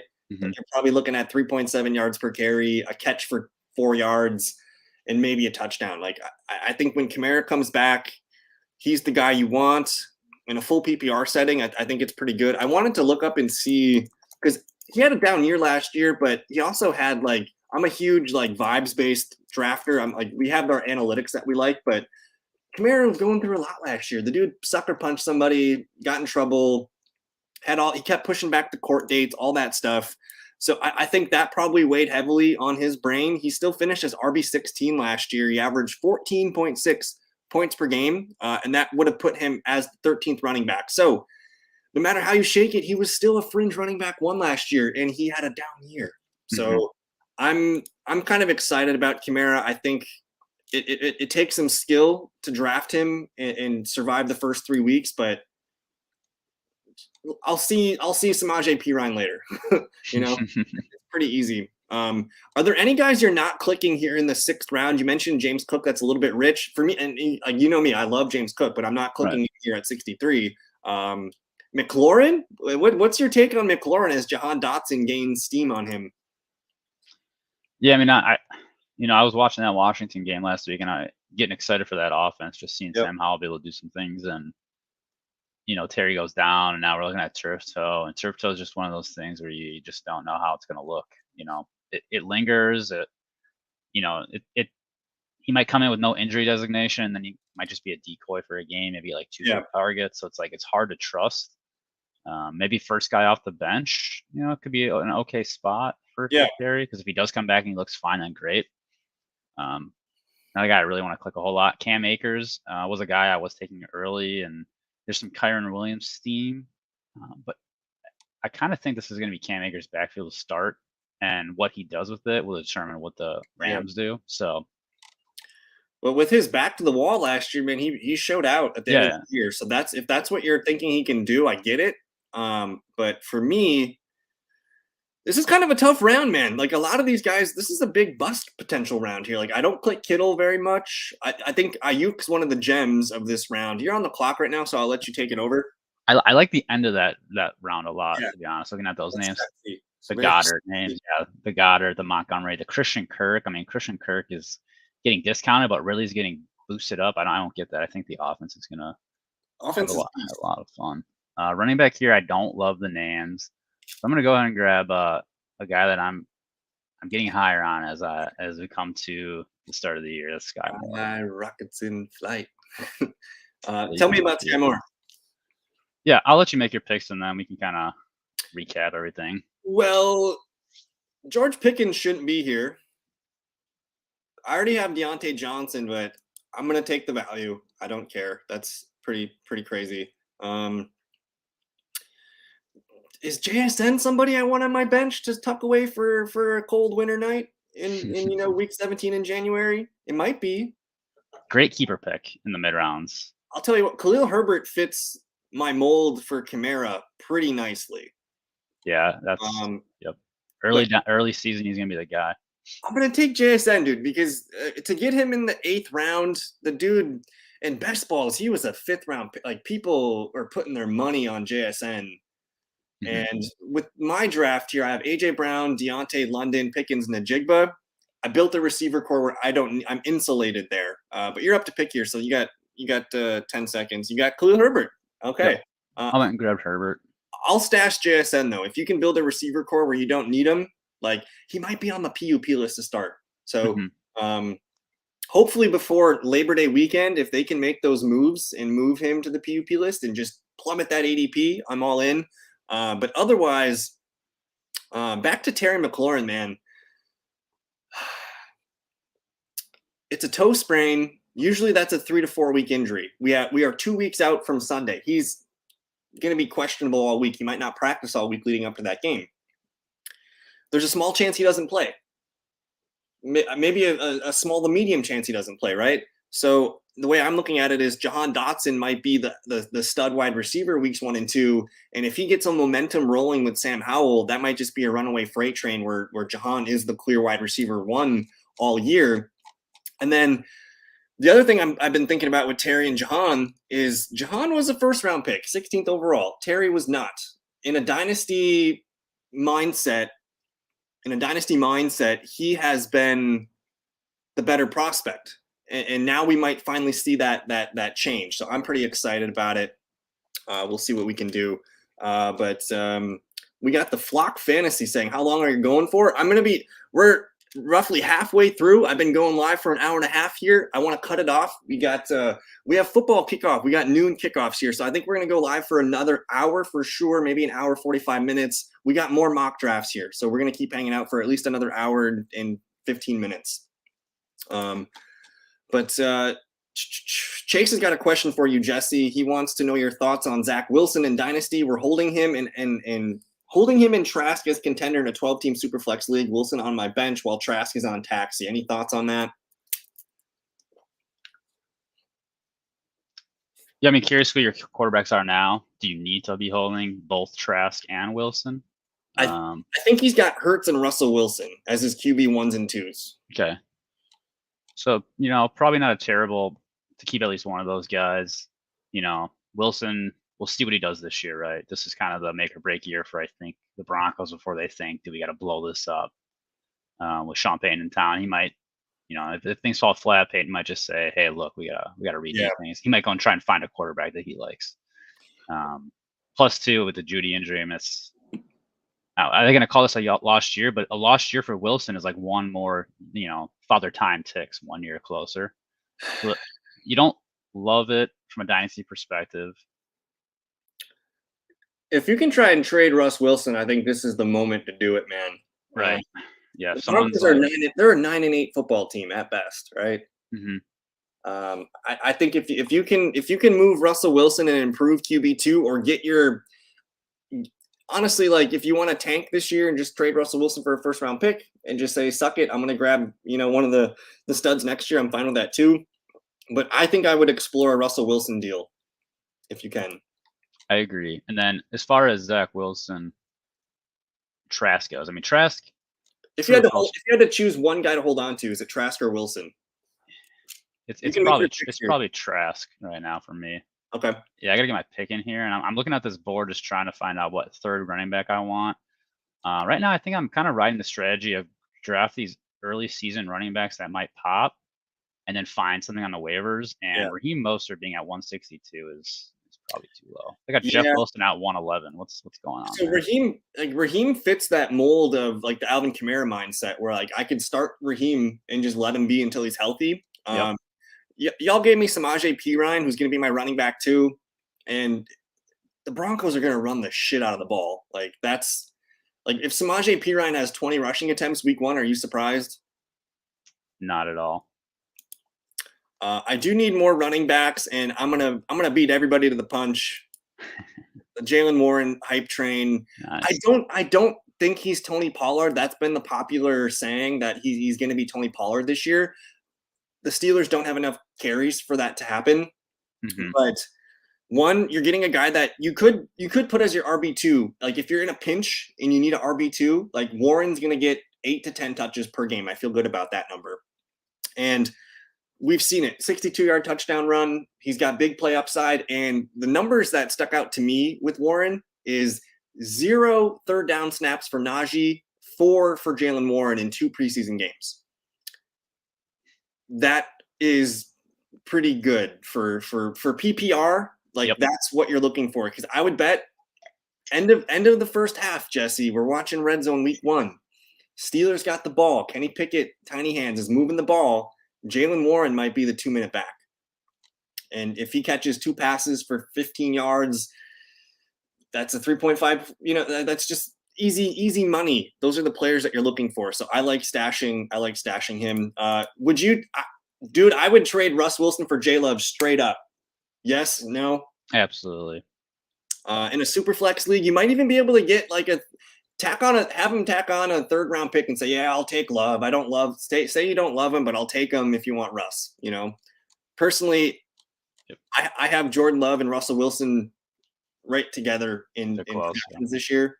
Like they're touching each other. So QB 18 range, to me, it's a no-brainer. Here's what I want to finish up this Trask Wilson real quick. Yeah, go ahead. So the way I think about it is Trask better right now. With Trask this year, Baker's going to get the start, but we determined by like maybe week 7, 8, Trask is going to get some starts this year, and you're going to know what you have in Trask. He's either going to be the guy for the Bucks or he's not. With Wilson, it's a long-term play. I think Aaron Rodgers coming to town helps him for sure. I think any quarterback, look at Jordan Love. I mean, any quarterback playing behind Rodgers is going to learn and grow and become better watching one of the best, mechanically, athletically, just gifted quarterbacks of all time. And the organization believes in Zach Wilson. I really truly believe that. When they took him, they believed in him.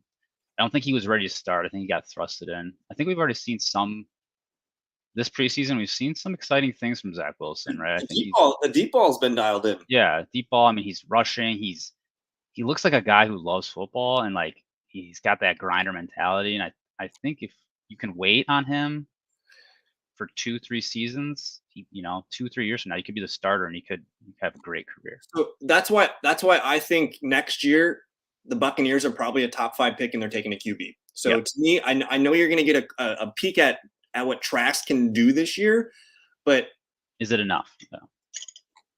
Tampa Bay is going to be pretty bad, man. They want a top 5 pick. They want access to a QB. Like, they're going to take a QB in the first round next year if they can. Mm-hmm. The Jets are not. The Jets have Zach Wilson. So I think dynasty long-term, and Chase and I have talked about this. I think you're up to pick in a second if you want to take us through, but I think I'm holding on to Zach Wilson and letting Trask go. Or if you can move Russell Wilson and Trask and get Jordan Love in a second round pick, do it. Also fair. Also very fair. Right, so I mean, I've got 5 receivers. I feel very confident in my wide receiver room. I just need to take some upside running backs now. I got Mostert for early. I got the Herbert early. I'm gonna go ahead and pair Herbert with Rashawn Johnson, guy who's getting a lot of steam here at the end of training camp. They're talking about him a lot. I think he could be a fun little second half guy. Yeah, I totally agree. That's probably where I'm going. ESPN is disrespecting Jacob Ferguson too much. We'll boost that ADP for him.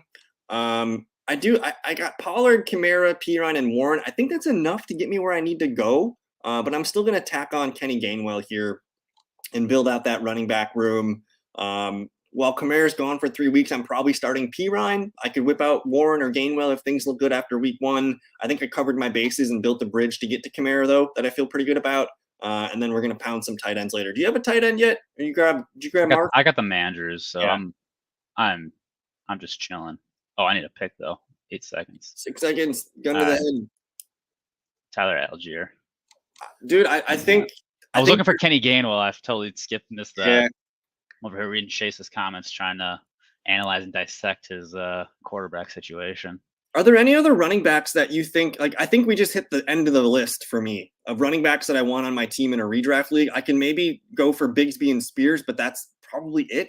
I should have taken Tank Bigsby. Yeah. That would have been my pick, as I'm seeing how far down the board he is. I think Tank is going to get carries with the ones right off the bat. Yeah. And we'll see how the season goes on. But, I mean, I think they like what they see from him. Yep. And, I mean, he's just a fun guy to watch play.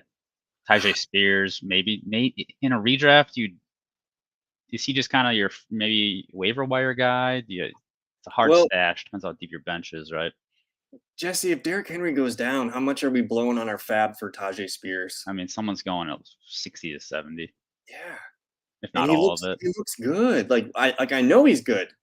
And he's been repping with the ones. He's been playing with the starting offensive line and Malik Willis, and he even started with Tannehill last night. He's the kind of guy that I want to bet on, a guy that the fact that he's got no ACLs and the Titans took a chance on him in the 3rd round, like that is confidence to me. So I like that. Bigsby and Pierce, man, these guys should be stashes. I did note Kendre Miller is down here as well. I'm looking down the list here. We get a 3-week trial without Kamara to see if he's any good. Yep. And then they used him last preseason. That is very good news. Off of a knee injury. Yes. They think he's healthy, so that is very good news. And yeah, he looked good. I do want to shout out the ultimate sleeper, I think, is Ty Chandler. Just file that name away. He might be a waiver wire guy. I'm waiting. I want to wait and see the Yankee charts, because if Tajay Spears is getting routes and 3rd down snaps, that might be someone to add in the waiver wire run early. We got 2 more picks left to make here before kicker defense. Do you want to go through what you're looking at here? Yeah, so I'm really analyzing these running backs just because, I've got Diggs, Mike Williams, Sky Moore, Burks. If if these guys don't hit, there's really no reason for me to grab a receiver here because if these guys don't hit, then I'm kind of dead in the water anyways. I have 5 guys for virtually 3 spots and the way this roster construction is formatted, I'll be flexing a receiver most of the time. I'm really chasing upside running backs. I don't have to worry about Josh Allen's backup. I'll take someone off the waivers, and I'm not going to worry about Mandrews. Yeah. I'm bye weeks. If you look at my roster, my bye week situation I got a ton of week 13. Not going to worry about that. That's going to play itself out. I got 13 weeks to figure that out. So I'm really chasing upside at running back, like you mentioned. A-Chain, somewhat interesting if he can come back, be healthy, right? I think Tajay is a high upside handcuff. Tajay is the guy, I think. And then Kendra Miller, very intriguing. You can slap both of them. Chase just threw that in there. Russell Wilson plus Trask for J-Love in a 25 second. Is that a hit for you? I'll smash that, yeah. Dude, look at the rookie receivers here. Mingo, Jaden Reed, Rashad Bateman being undrafted. That's sick. Like, what the hell? I'll take Bateman. Marvin Mims at 198. How do you not? He's the wide receiver too. So, like, mock draft be damned, guys. Like, we need to poke, like, Marvin Mims, Jaden Reed. These guys need to be drafted in redraft leagues because they're gonna be good. I technically need another tight end, but you got to grab Marvin Mims this late, guys. This is ridiculous. If you're in the last 2 rounds of your draft and Marvin Mims is hanging out, you got to slap it. But Mingo with the DJ Chark and Terrace Marshall injuries, like Adam Thielen did catch the touchdown last night, but Mingo was on the field for just as many routes, and he is a starter. Like Mingo is going to be with the starters. We're not buying Thielen for the whole season, right? If you draft Thielen, you're drafting him for September, I think, and maybe October. We'll see what happens. But these veterans all look great in the summer in the first month. I just don't know if Thielen's going to hold up for long season. So I like the Mingo play. I like the Reed play. Marvin Mims, obviously, we love. Mingo's a great play for sure. But why the hell was Rashad Bateman in the 13th round, pick 12? What the hell? Sure, I'll do it. Where did Zay Flowers go? We love Zay Flowers and what he's doing, but like, how far apart are Rashad and Zay Flowers? Bateman was a first round talent. Yeah. I got Zay Flowers in the 9th. Harris grabbed him here in the 9th round. It's a good spot, but just like Rashad Bateman should be going maybe a round after him. Right here, like right around Jacoby Myers. Yeah, absolutely. It looks pretty bad for Quentin Johnston, man. What's going on? Josh Palmer is this number 3. Is he playing over him? I think he got snapped. Yeah, I was gonna say if he's playing last night, and in the preseason week 2, he was playing into the 2s and 3s. I think he's just got to learn the game. I don't think it's gonna be a 1 year. He's still a great dynasty bet, but yeah, dynasty bet. Late round best ball stash if you have grab him if you have Herbert late. But he played last night. He started last night, which is not good. Yeah, look at those names. Not good. No. By the way, Josh Kelly he ripped a 75-yard touchdown last night. I don't know if you saw that. I did. He's firmly the RB2, so probably worth a bench stash at the end. Yeah. You got any good kicker defense nuggets for us? Yeah, kicker defense. It's I got one league where I play with kicker defense. Yeah. My focus on kicker is upside offenses playing in a dome. Yep. Favorable schedules. Defense just stream. There's Eagles defense shouldn't be here. Yeah, no, Eagles should not be here. Didn't they crush the sack record last year? Something like that. They're pretty good, yeah. Alrighty, what do I want to do? Yeah, kicker. Really, I tend to look at the schedules, like week 1 schedule. Who This is ugly for me. I hate these defenses. Fine, I'll take the Bengals. They're gonna win games. I mean, Eagles play the Patriots week 1. Like that's Yeah, that's pretty much. it's a top end defense, and they play a bottom tier offense. So Yeah. that's what you want. I'm gonna take. I've been recommending the Jags or the Lions kicker. Yeah, Riley Patterson seems like a free. He's indoors. Free He gets D. a couple extra games indoors against Minnesota. It's just a good offense you want to be attached to, so I like it. Young Hoku in a dome, a team that will probably they'll be able to move the ball, but like often will they score, so not a bad option. You know, Cameron Dicker, Greg Joseph, Minnesota. Yep. You know, safe play. I like Riley week 1 against Kansas City. Should be a high scoring game. It's probably going to be frustrating though. It's going to be a game where there's like 3 field goals by each kicker, and there's only 4 touchdowns scored, and it's all by all the touchdowns are by Noah Gray, Clyde Edwards-Helaire, Khalif Raymond, and Josh Reynolds. I didn't get a chance to talk about Sky Moore real quick. Yeah, go for it. First guy off the bench. It's a guy you just want. It's a guy you want to play. Patrick Mahomes targets the slot more than any other quarterback in the league. He's thrown the most touchdowns to the slot receiver. Yep. Most yards, most completions since 2018. Juju's gone. Sky Moore is firmly their slot receiver. Rasheed Rice, outside guy. MBS, outside guy. Richie James. Okay, it's Richie James. Tony. How many games are we expecting from Tony? Sky Moore, healthy last year. I think he had that injury, kind of fell behind a little bit as a rookie. I think year 2 Sky Moore is an ascending talent.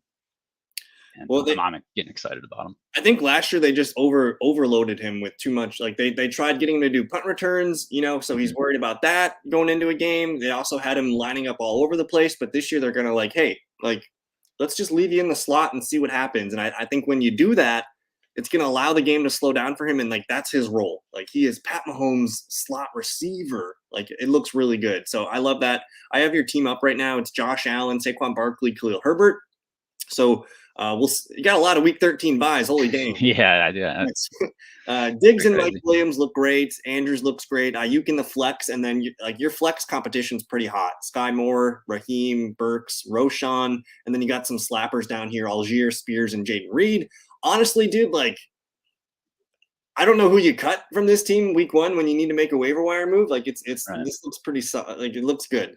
Yeah, Spears. I mean, Spears is it's a stash, but if something comes up, he might be the cut. Jaden Reed, maybe week 1 he doesn't. He only sees 4 targets. Maybe Jaden Reed's the guy. I do want to look at the guys that drafted with us. This is Chase's team. He drafted from the 2. Chase got he's got Joe Burrow with Jamar Chase. His running backs are Jahmyr Gibbs, James Conner, Devonta Smith there at wide receiver 2, Njoku and Dotson in the flex. His flex competition looks decent here. Dobbins, Pittman, Elijah Moore, McKinnon, Dobbs, Bigsby, and Dulcich. It's a pretty well built team. I mean, that's a great team. Nice job, Chase. And then our boy Harris here. We got Aaron Rodgers, McCaffrey, Mixon at the top. Wide receivers are DK and DJ Moore, Dalton Kincaid at the tight end, and D-Hop in the flex. I think that's good value for D-Hop. The bench, David Montgomery, Marquise Brown, Antonio Gibson, Zay Flowers, Geno Smith, the backup QB, Conklin, and Van Jefferson. This is an interesting build for Harris. What do we think, Jesse? Yeah, I mean, I think with Rodgers grabbing another top end guy like Geno's a good move. You can kind of play the matchups there, so I like that. Zay Flowers, great stash, round 9, love that. Monty, I know that's a fellowship favorite for the year, so grabbing that as your RB3 will look good, especially if Mixon kind of flounders. I mean, the receivers you're playing the upside on DK, DJ Moore, so yeah. And then Marquise Brown in the back pocket, that's pretty nice. And then a sleeper. Arizona's going to be thrown. So I like that. So that's a unique team, Harris. And then Justin here, Justin lives in the New York area. So we got the Daniel Jones, Darren Waller stack. He's got a draft where he's picking 4th overall coming up, and we've been talking about getting Darren Waller. And so Daniel Jones, Eckler, Najee, Waddle, Christian Kirk, Waller, Kenneth Walker, and then the bench, Michael Thomas, Gabe Davis. He's Justin's been a big supporter of the Anthony Richardson QB2 movement I've been talking about. And then Sure. Zeke, Russ Wilson, Osborne, and Renfro. What do we think? Yeah, I mean, Anthony Richardson's going to be a lot of fun. Gabe Davis, a guy that you're probably going to be flexing out in the good matchups for sure. Kenneth Walker, you never know what Pete Carroll's going to do with his running backs. Yeah. You just hope that Walker stays healthy. I mean, he's an electric guy. He might not be the starter, but I mean, if he gets 10 plus carries, 2 or 3 of those might go for 15, 20-yard runs, and if he gets a touchdown, he's a good hit. I would still think he's going to get those 15. I think 15 is the number for him that they want to get him to. Yeah, and if out of those 15 touches, if you can get like 2 to 3 catches, yeah, you're pretty safe floor in your flex too. Yep. Mike Thomas, can we get a healthy season? That's all we ask. That's the question, man. It's it. There's volume there for the Saints. I think 3 quarterbacks is kind of interesting. I'm not sure you needed Russell. Yeah, so I'm wondering if Justin got auto drafted at the end here. I did notice we lost a viewer or two. So Russ Wilson, Osborne, Renfro. To me, I'm gonna assume we auto drafted here to end Justin. If not, don't pick those guys. But otherwise, we ended up with a pretty good draft. My team, I ended up with Jalen Hurts, Tony Pollard, Alvin Kamara, AJ Brown, Deontay Johnson, and Drake London at wide receiver. Jake Ferguson is the ultimate tight end sleeper for the year. And then our bench is pretty sexy. Pickens, Najigba, P. Ryan, Warren, Gainwell, Bateman, and Marvin Mims. So I mean, it's got all be flexible guys. It's got some fun wrinkles to it. Take advantage of these ADPs at the end of those Marvin Mims, Jaden Reed, Mingo, Bateman. Like those are pretty dumb.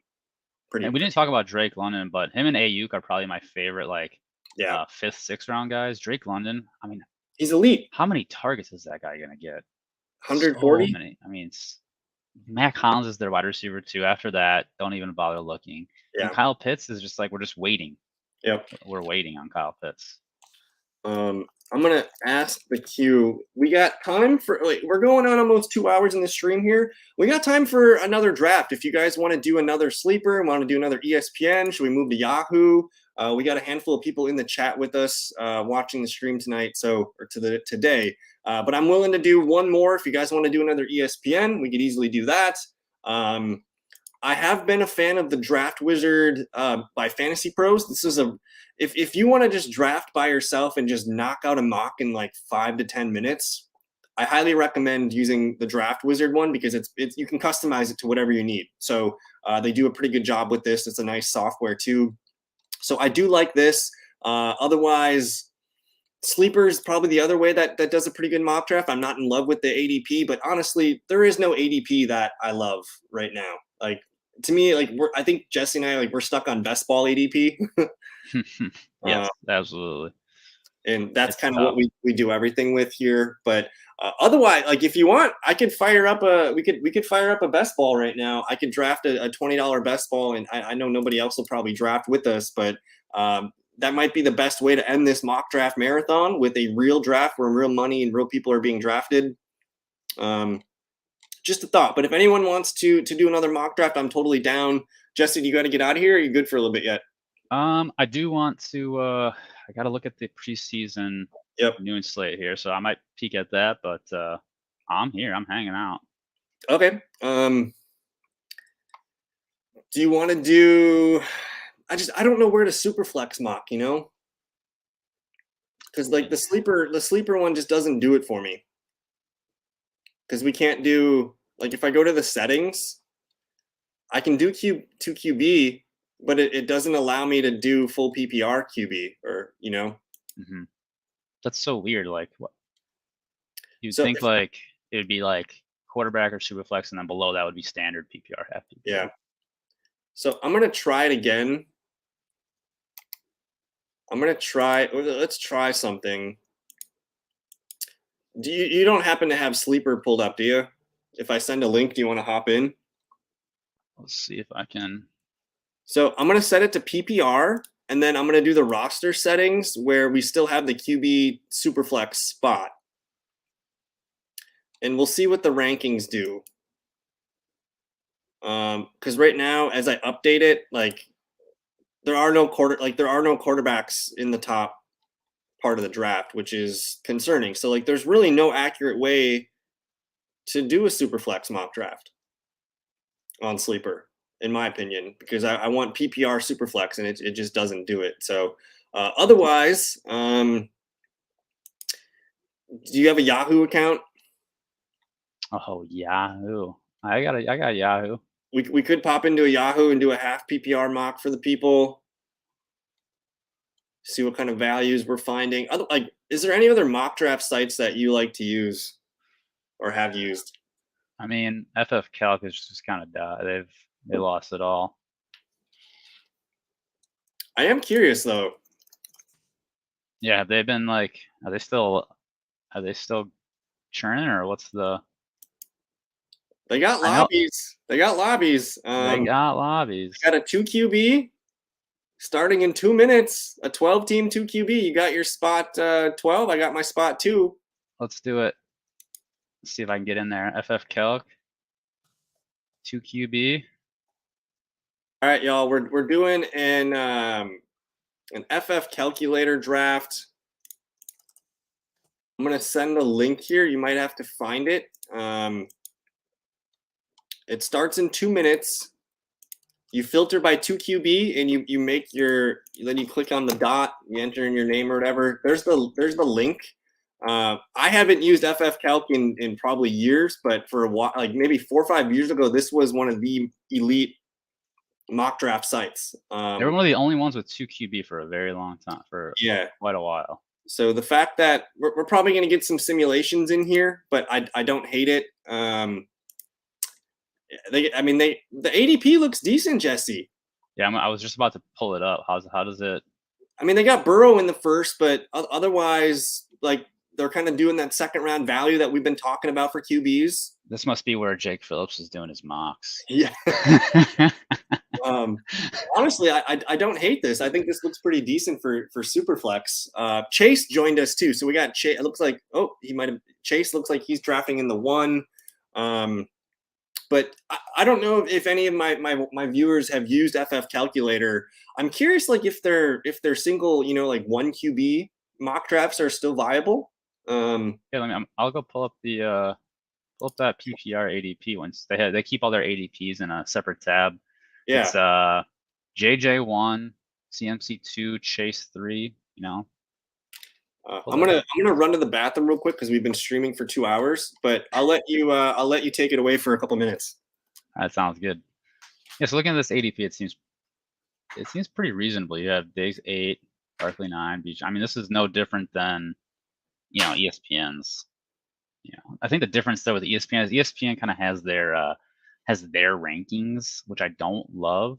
I much prefer to let the ADP guide my journey. So when I'm using cheat sheets, I don't love using cheat sheets. What I'll often do is I'll print off combined ADP, with like some of the best ball sites I like Drafters, Underdog. I tend not to use Underdog because of the half PPR, and Underdog really, they love receivers. So if you love a 0 RB approach, Underdog ADP is great to study. But Drafters, and take the Drafters ADP, take maybe DK best ball ADP, and then what you do is you just pull ESPN's ADP, pull Yahoo's ADP, pull them all into the spreadsheet, average them out. I like to print that off along with my cheat sheet just so that I can kind of see, like, all right, do these rankings line up with the ADP?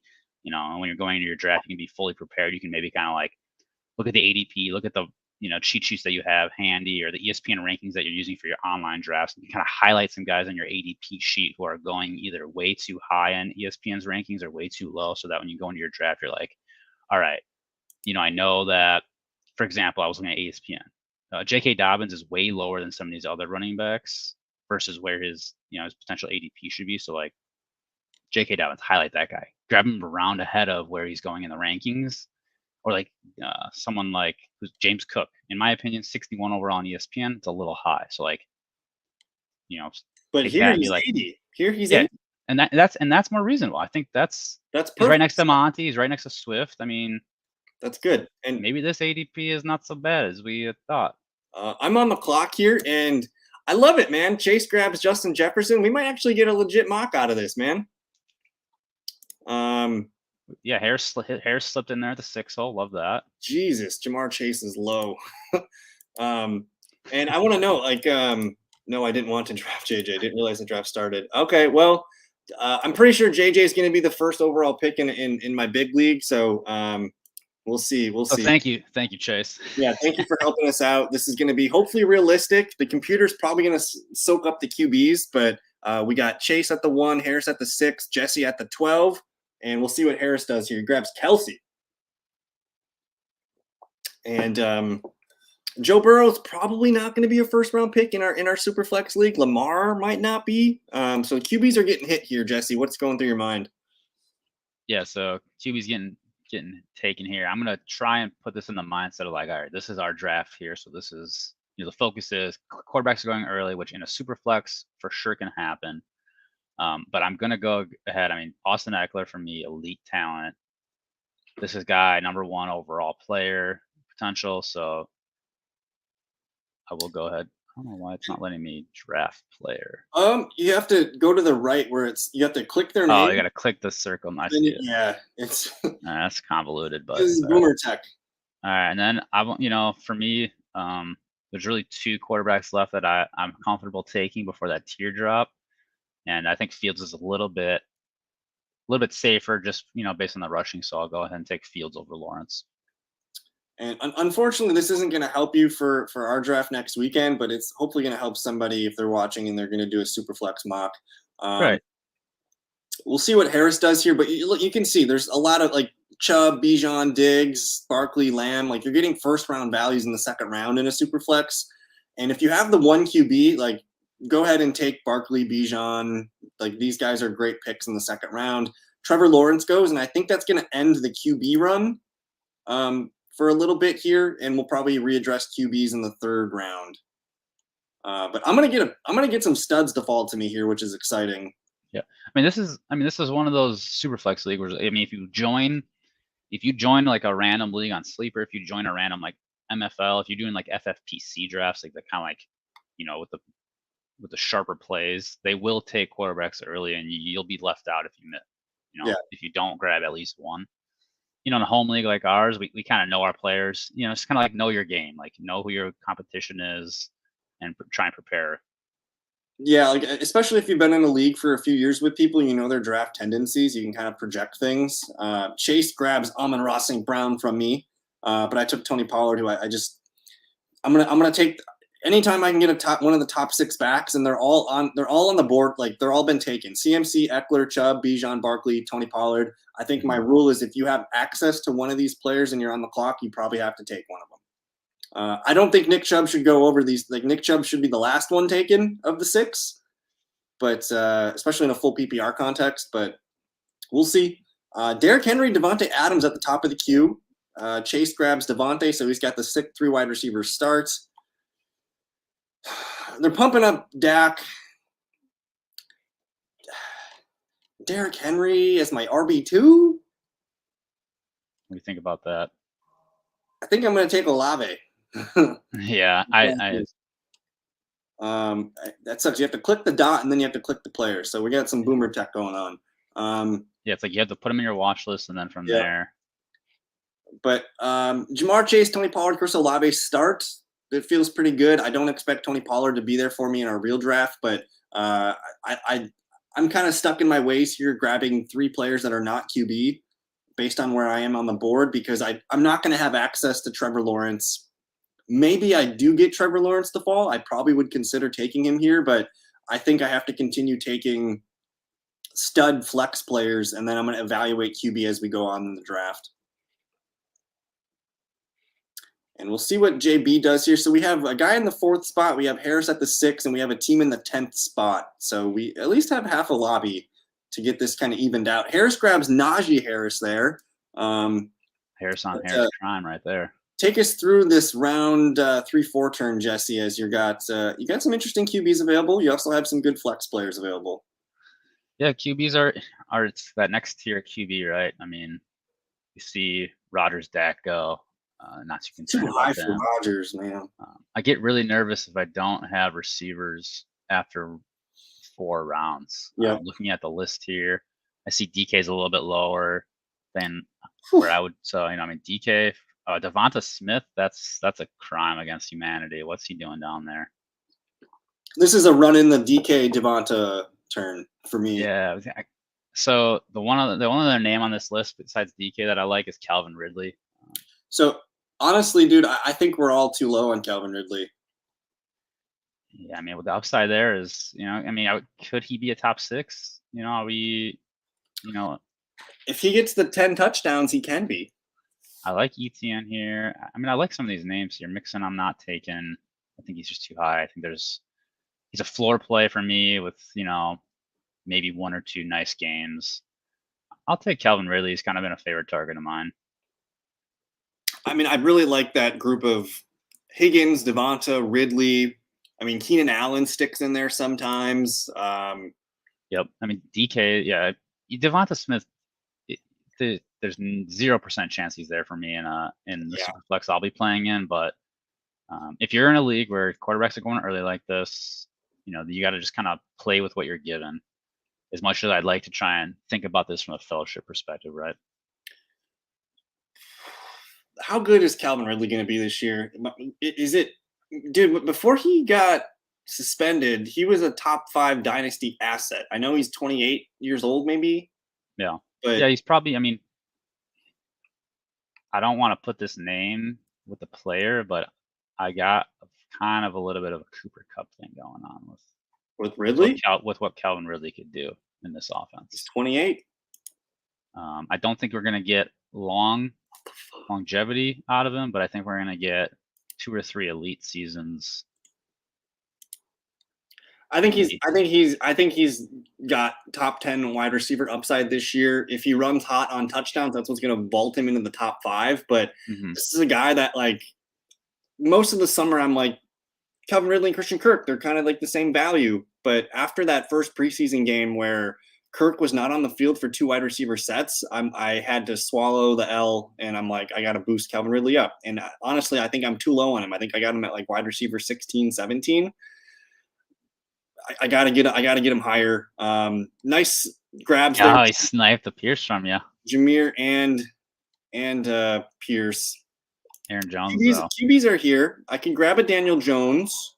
They're gonna go soon. Well, I can grab one, and I feel pretty good about Daniel Jones. So that's what I'm gonna do here.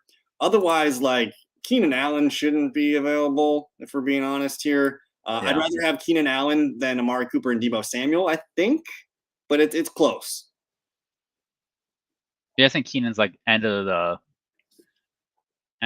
tier. Yeah, there's a drop off after. Whereas Cooper, I think Deebo is kind of that next tier for me. I mean, with the computer, you're gonna get some. Cooper is one guy that, like, I have been taking. I have a decent amount of in best ball. I just think the floor weeks are gonna be painful. Yeah, the ceiling games are gonna be really fun. There's still some unknown there, right? With Deshaun Watson, like, what are we getting? I mean, and then you also add in a really talented player in Elijah Moore. Like, Ridley, I mean, Cooper didn't really have – he had Donovan Peoples-Jones there last year, but there wasn't really any competition to be the primary read. And I think Elijah Moore is going to get open quickly. But take us through your mind here at the 5-6 turn. Can I just have this team for the fellowship, please? I mean, Keenan, Ridley, Devonta Smith. That's nice. That's really nice. The QB, I wanted Richardson or Goff here, so I probably wait. The other QB that I like, and I pretty much consider on par with the Goff, Richardson tier, DJ tier, is Geno. I do like Geno. Yeah. So, like, if I'm thinking about this from that perspective, I might go Geno. My RB2 situation looks kind of nice. I can grab a James Conner here. J.K. Dobbins, not terrible. And I think Connor's volume is really nice, so I'll just go ahead and do that. Dude, they got Trey Lance ahead of Kenny Pickett and Jordan Love. Yeah, this is where you can tell, like, the mock is reasonable through like 4-ish, 5-ish rounds, and then you can see the ADP start to tail off, because what happens is people come in here, they do 4 rounds, and then they dip. Aaron Rodgers is not a 3rd-round pick in a Superflex league. Russell Wilson's probably not a 4th-round pick in a Superflex league. I do want to get to Chase's question. He's asking if Brock Purdy for Russell Wilson in a Superflex dynasty straight up, is that something that would interest you? I think it would, yeah. Um, I mean, I think there's no questions about how the organization feels about Purdy. You know, it's like people wanted there to be because of Trey Lance, but when you really think about it, they told us everything about Brock Purdy yesterday. yeah. I mean, they had to eat their one of the biggest first round draft pick trades in NFL history. They had to eat it. Kyler Murray officially in the 6th round. We are off the rails. Yeah, it In got the silly. mock here. I would take Purdy over Russ. I think so. Yeah, man, Harris, go for it. Hey, for me, it's Love 1, Purdy 2, Russ 3. Yeah. So if you can find someone who's willing to, see the Russ and be like, oh, Russell Wilson, yeah, I'll take that. I got one running back here, 3 wide receivers, and a QB. The QBs are looking okay. Derek Carr, Geno Smith. I'm gonna see. You know what? Chase doesn't have a QB, and I don't trust him at all. So I'm gonna take Geno Smith and stack with my DK here. We'll see what Chase does for QBs. But Harris is running a free Yahoo league. It's a 10-team standard league. If anyone wants to join, hit us up in the Discord. I think I sent the Discord link a couple times in the chat. Let me see if I can find it. But join us on Discord. That's where we can give you guys all the info. And Chase does grab Derek Carr and J Love here, so he's hurting me. He cursed you a little bit. Yeah.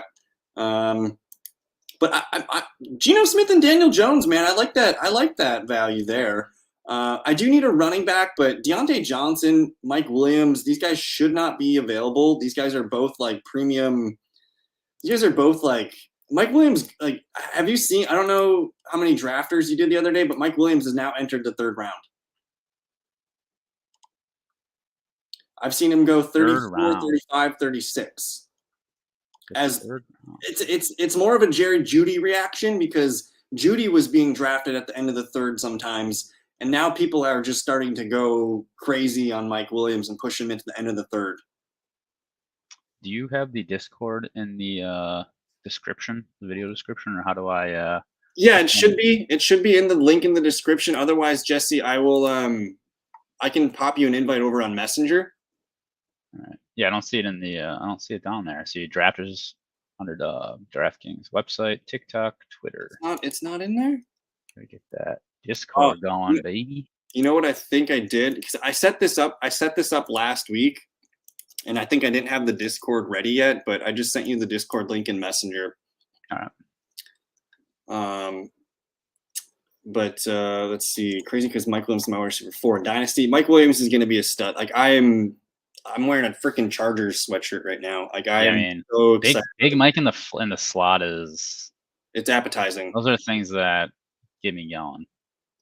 And if you're worried about Keenan Allen, you should be interested in Mike Williams. And I feel bad for Quentin Johnston. I think he's a bad pick this year. Because Josh Palmer, man, he was their leading receiver last year. The dude had over 100 targets. He had 72 catches. He's a viable wide receiver 3. And he's entering his 3rd year. I think Josh Palmer is going to have more value than Quentin Johnston this season. So if you're drafting best ball leagues, especially, like Josh Palmer is one of the best late round picks you can make right now. So these quarterbacks got ugly really quick on me, huh? It's Stafford, Jimmy G, Brock Purdy, Mac Jones, Tannehill, Howell, Ritter. It's probably Purdy, huh? Yeah, it's Purdy. I just got to do it. So, if you know your league's going to be quarterback heavy in the SuperFlex, then so in hindsight, your Geno Smith, the take was James Conner was probably the move. Yep. And then I would have came back and I would have grabbed Rashad White and been just as happy. Probably. And that's why we do the mocks, man. That's why we do the mocks. You have to make mistakes in these mock drafts so that you can eliminate mistakes when it comes to your real draft. Yeah. Christian Watson, round 8. Holy hell. Okay. Terry McLaurin's dropping hard on FFcalc, so that actually looks kind of realistic, yeah? Yeah, Christian Watson, not so much, but no. Again, I think they're just these mocks that people come in here for 4 rounds. They're not The ADP is a little off. I wonder if their regular PPR is a little bit more. That's what I'm curious. Like if we do a 1 QB PPR, I'm wondering how that looks. Right. I'm on the clock right now. Brandon Ayuk, what the hell? Pat Daddy Frymouth is here. Georgie Pickens is here.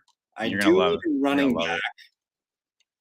it. And honestly, like Pacheco, I'm gonna take Ayuk because that's just stupid. What do you think about the Chiefs running back situation this year? Like, are you buying Pacheco? I think it's very scoring format dependent. I think Pacheco is going to be a guy because we expect the Chiefs to win games, right? Like we expect them to be running the ball in the fourth quarter to clean it out. So I think with Pacheco, you're going to get 12 to 15 carries per game. You times that by 4 or 5 yards. He's going to be a 60 to 70 yard back. So you're locking in that floor of 6 to 7 points. And then his touchdown odds are probably 40 to 50%. Every game he's got almost a 50% chance of getting a touchdown. If he gets you a catch or two, that's going to be nice for his floor. So in a full PPR league, you're probably looking at 9 to 10 points, maybe. And then if he gets that touchdown, that's what's going to make him a 16-point play. So I think he's fine as a running back too in full PPR league. I think he looks better in half PPR and standard. Whereas McKinnon, you want in a full PPR league. That's just the way it is. Sure. And I don't want McKinnon in any other format. But I think Clyde Edwards-Helaire, man, the last year of his rookie deal, like he's been running as the starter the entire training camp. Like He's basically free too, we might see Clyde Edwards-Helaire like force a committee with Pacheco to begin the year. And if Pacheco is getting, again, that 12 to 15 carries, maybe Clyde Edwards-Helaire is getting 7 or 8 carries, and it's not all there for Pacheco. So that's where I pause on Pacheco. I didn't take him because I think Brian Robinson is 1,000-yard back this year. And can we talk about the Commanders for a second? Because I'm getting pretty excited about what they're going to win 6 games this year, 7 games, but they're going to be a fun fantasy team. I mean, if Howell passes to the running backs like he was in the preseason, like you highlighted his college passing, Carter. I mean, if he's given those RBs targets, those are some really nice mid-round RB target, RBs to target for sure. And I can't remember where I saw it. It was on Twitter somewhere. I don't remember who tweeted it out, but essentially like B-Rob and Gibson it's a split 50-50 backfield. They're both going to get opportunities. They're going to be on the field for about the same amount of snaps. Gibson's just going to be the primary pass catcher, but they're going to throw to Brian Robinson in their base first and second down packages, which I think is a really good idea. And if we're going to boost Brian Robinson's floor, say he gets 2-3 targets per game, like that's probably too much, but like 2 targets per game, maybe 3 targets per game. Brian Robinson, man, like I feel good about him being 1,000-yard all-purpose rushing and receiving. But if he runs hot and I can't remember the stat, but they gave him like 20 rushing attempts per game last year, and he got his knee blown out by a gun. Like holy shit. But you take Jamal Williams, David Njoku. Tell us what you were looking at there. Yeah, I mean, just look at the board. I just need some running backs. I didn't love the names. I mean, you could tell this is a pretty running back heavy draft here, so not a lot of great names left. So I'll be just kind of shooting value at the end. Yeah. And then David Njoku is just a tight end. I think he's got top 5 sneaky upside there. I think he's a top 10 lock, right? Yeah, he's top 10 lock, and I think there's some upside there. And he's in that offense. I mean, he's been apparently uncoverable all off season. Yeah. Looks great. Just a nice stable guy. He's going to be out there every snap. So last year was the year I was really in on Njoku, and I drafted him pretty late, and I was really happy with him. He was balling out against the Ravens in the first half. He had like 10, 12 fantasy points in the first half without a touchdown, and he was breaking out, and then he got injured, and he just couldn't regain that momentum. But if he comes out week 1 and catches 7 for 82 and a touchdown, like I'm not going to be surprised. Like Njoku is a mismatch nightmare, and maybe the presence of Elijah Moore. Like, if you're a linebacker, you got Elijah Moore buzzing around you, and you got this big ass David Njoku. Like, it could be a problem. I mean, if Watson gets it together, the offense is going to be really fun. Yeah, really, really fun. I mean, we're pulling a QB3 here. Samuel Howell, which, man, I was looking at it, Jesse. I don't know if I think I'm sure I sent it to you, but the Tar Heel football stats in 2020 were magnificent. Look at this team. Javonte Williams ran for 1,000 yards and 19 touchdowns. Michael Carter ran for 1,200 yards and 9 touchdowns. Michael Carter also caught 25 passes, so did Javonte Williams. Sam Howell had 92 rushing yards, 146, and 5 rushing touchdowns. He threw Daz Newsome, who I think is still on the Bears, 684 yards and 6 touchdowns. Josh Downs, a baby Josh Downs, caught 3 touchdowns. Diami Brown is the sneaky best ball pick right now for Washington stats, but Diami Brown went for 1,100 yards and 8 touchdowns. And then they also had Antoine Green get drafted this most recent draft here. So that Tar Heels team, holy crap. Yeah, that's a sick team. And I mean, it's 50 receptions to the running backs in college is a lot. Yeah. So you got to keep that in mind. So Sam Howell can do it. Like Sam Howell, he can throw to the running back. And I mean, he threw for 30 touchdowns, 7 picks, 3,500 yards, 68% completion. Like, I don't expect Sam Howell to be a guy that will ever be amazing, but it looks pretty good for the near future. It says Harris got kicked. Are you able to refresh Harris? I don't know if you're able to get this link back. But yeah, Sam Howell and Jalen Warren, sign me up. I'm light on running backs, so I'm going to need to start hammering the running backs. But as you build out, so like your starting lineup is set. We're building out our bench here. This is where those fun upside rookie picks, those year 2 players look pretty appetizing. What do you got on your plate here? Yeah, I mean, you teed it up, Tank Bigsby. I'm gonna go ahead and take that. The Tyler Algier still intrigues me. I think there's gonna be if the Falcons can do one thing every game is to run the ball. So Bijan's gonna get a huge workload, but I think there's still enough there to make Tyler Algier like a sneaky upside. And then on the weeks he scores, he's good in the flex, maybe even RB2 potential. I'm trying to look down the list because like with the ADP being so weird, it's like, who lurks down here.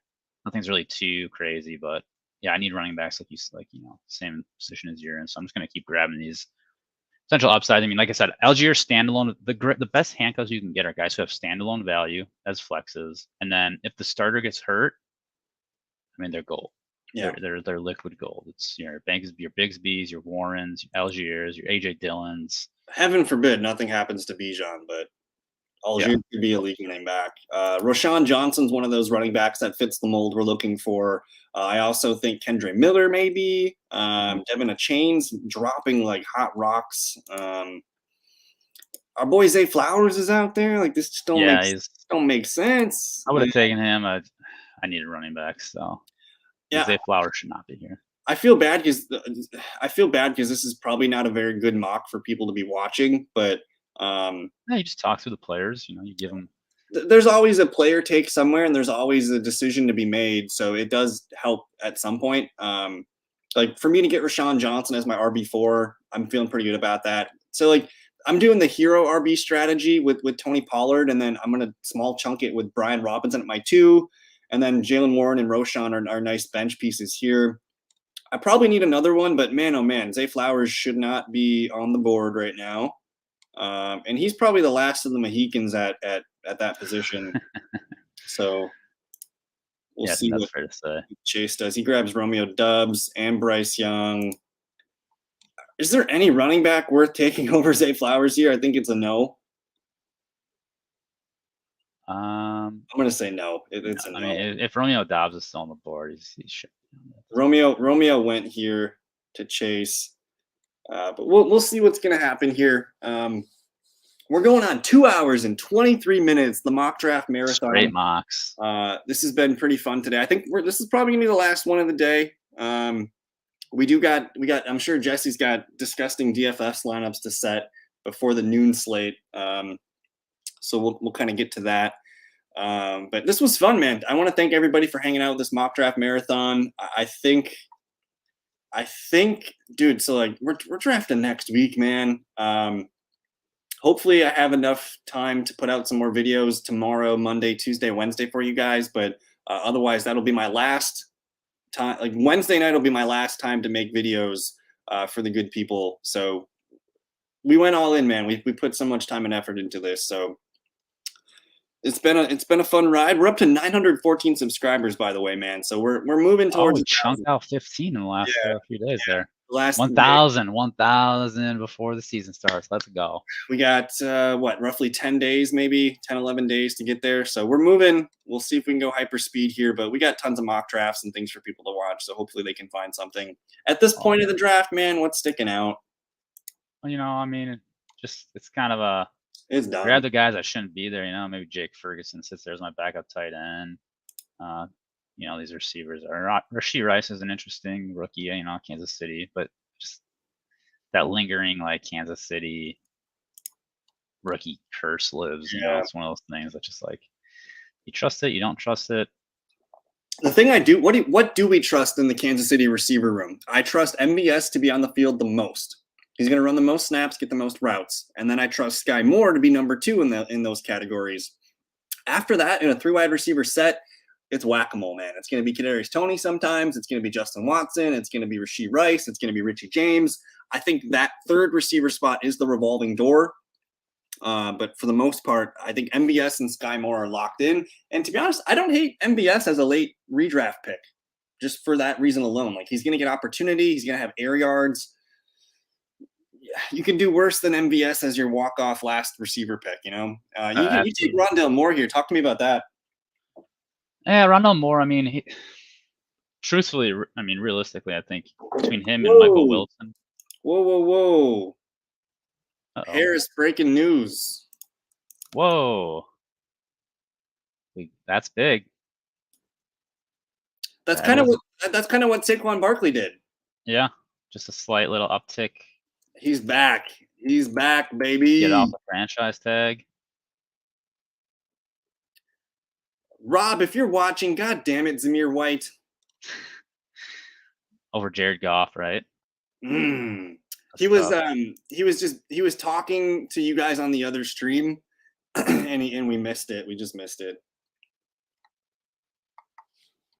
But it's good, guys. We're just going to be finishing up this draft here. Breaking news, Josh Jacobs signs a $12 million deal. That's essentially $2 more million than the franchise tag. I think the franchise tag was about 10. So Josh Jacobs, man, he back. He is back. He is back. I mean, that right before. I mean, this was pretty much this weekend. If they didn't get a deal done, he was not playing week 1, and at that point, you don't know when he does play. So now we can pretty much. He's probably playing week 1. He maybe doesn't get a full workload, but like week 2 and on, it's full steam ahead. He's got to get his legs back underneath him here. But what do you think of this move here, man? I waited for tight end, but I came away with Dalton Kincaid and Luke Musgrave. Hey, the rookie tight end philosophy. I think it's the year. When's the last time we had a rookie tight end year? I mean, I don't know if we've ever had it. Yeah, Pitts. And then was there one that like Chico Conquo flashed in a lot of metrics last year? Yeah, his points per fantasy points per route run was like elite. Like we're talking top 5 all like last 20 years, which is nuts. Otherwise, I'm gonna say it's been a while since a rookie like Kyle Pitts, tight end 6 is rookie year. I think Pat Freiermuth had a really good rookie year. That's big news. I mean, there's some people that. Jesse, Pat Freiermuth was tight end 13 in his rookie year. He caught 7 touchdowns. Oh, that's pretty nice. Tight end 13. So we have 2 recent guys that did it. So this year feels like a good year. I mean, you have a lot of them. You have Laporta, Kincaid, Musgrave. Like people like Michael Mayer sometimes. I'm not drafting Michael Mayer a lot, but I think there's room for that rookie tight end strategy. Yeah. But last pick here, we don't really care what's going on here. I think we've covered the bases pretty well. Yeah. Do you got another 5 minutes to hang out for a little bit? Yep. I'm gonna run to the bathroom and start whipping together these DFS lineups. Yeah, we're probably gonna end the stream in about 5 minutes, guys. I just want to talk. We'll let Jesse run in the bathroom, but then I think let's just when Jesse comes back, we're gonna talk about some redraft players that we want on our teams. So we'll keep it kind of simple. I did update, guys, my website. I did update everything on the website yesterday with cheat sheets and rankings and things. Jason, what's up, my man? Finally caught the end of the stream. We're gonna be ending in a few minutes here, but I'm glad to have you. We just did a bunch of mock drafts today. We were on Sleeper, we were on ESPN, we did a couple other ones. But for the most part here, I think we did a pretty good stream, 2.5 hours, man. I feel like I need a shower. It's been a long day. But we got football also in a half an hour. So that's pretty exciting.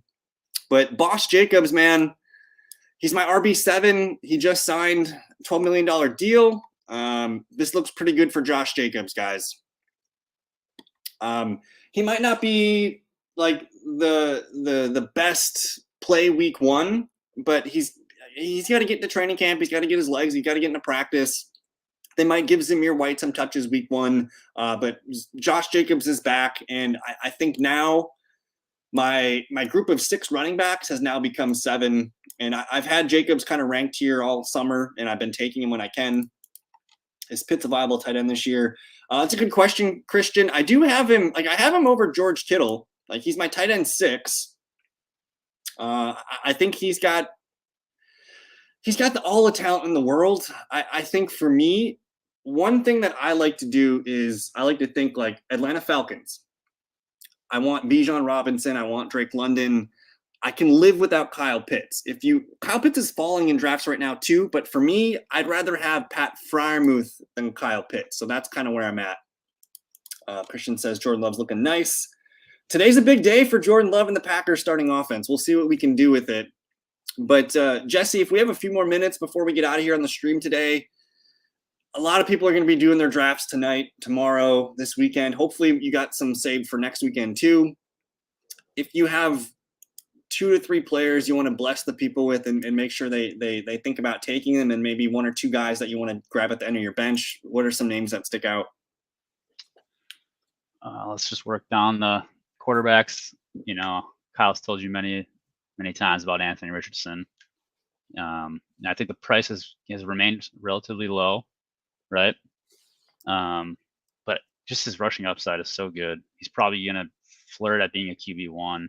You can get him in the mid to late rounds, especially in your 1 quarterback leagues. Take him as your starter. Take him as your backup. Yeah. And then just take like a reliable, safe guy like a Goff, a Geno. So I mean, I can talk about Jordan Love all day, but I think he's being suppressed as well. I think the talent's there. We've seen the flashes. There could be a lot of deep touchdowns in this offense with Watson and Dobbs on the field. It could be a lot of fun. And you probably don't even have to. Is there any way Jordan Love finishes top 12 as a QB?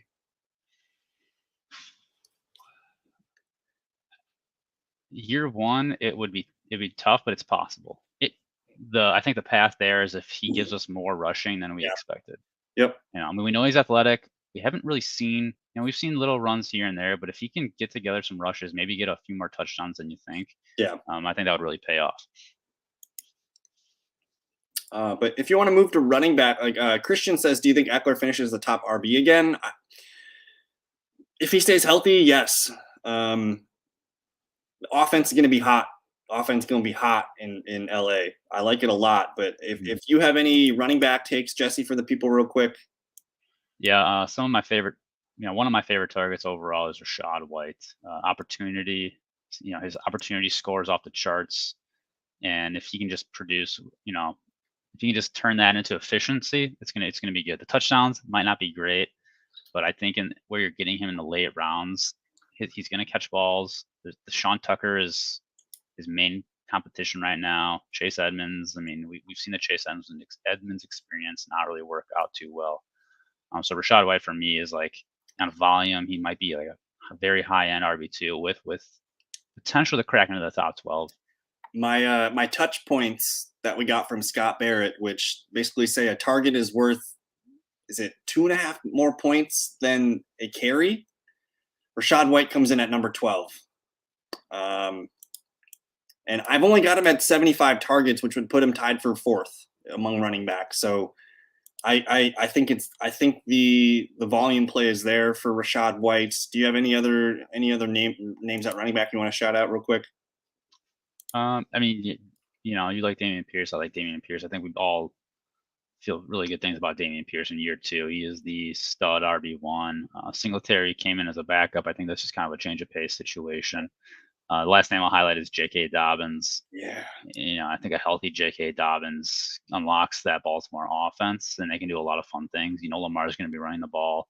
Rushing quarterbacks with running backs is just a recipe for success. Dobbins is the guy I could see hitting the 10 touchdowns. He's a capable pass catcher, and Gus Edwards is back there as the backup. He'll be in there bruising carries here and there, but Dobbins and that offense could be really fun. I got DP at 12 and JK at 14, so I like them. Yeah, they're high up on your list. One running back to avoid for you in the top 25? One running back to avoid in the top 25. I'm looking at Breece Hall. I just think, it's the ACL for me. It's the Dalvin Cook signing. It's too many red flags. The other guy I'm not entirely sure what to do with him is Joe Mixon. Yeah. I'm getting him at a suppressed value, slightly to where he was last year and prior years, but the efficiency was so low. He's kind of on like a Zeke Elliott trajectory for me. So I think you're just paying out for mediocrity when you should be aiming for ceiling plays instead of going for the floor. Two things with Joe Mixon. One, we've seen decline in efficiency metrics over the last year or two. And two, he's an asshole to women. So that's all I'll say on Joe Mixon. Christian says, do you think Bijan's being drafted too high or just right?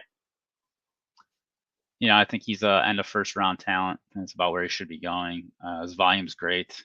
All the historical rookie running backs being drafted in the first round, all those things are lining up really nicely for him to smash. So I have no concerns about Bijan.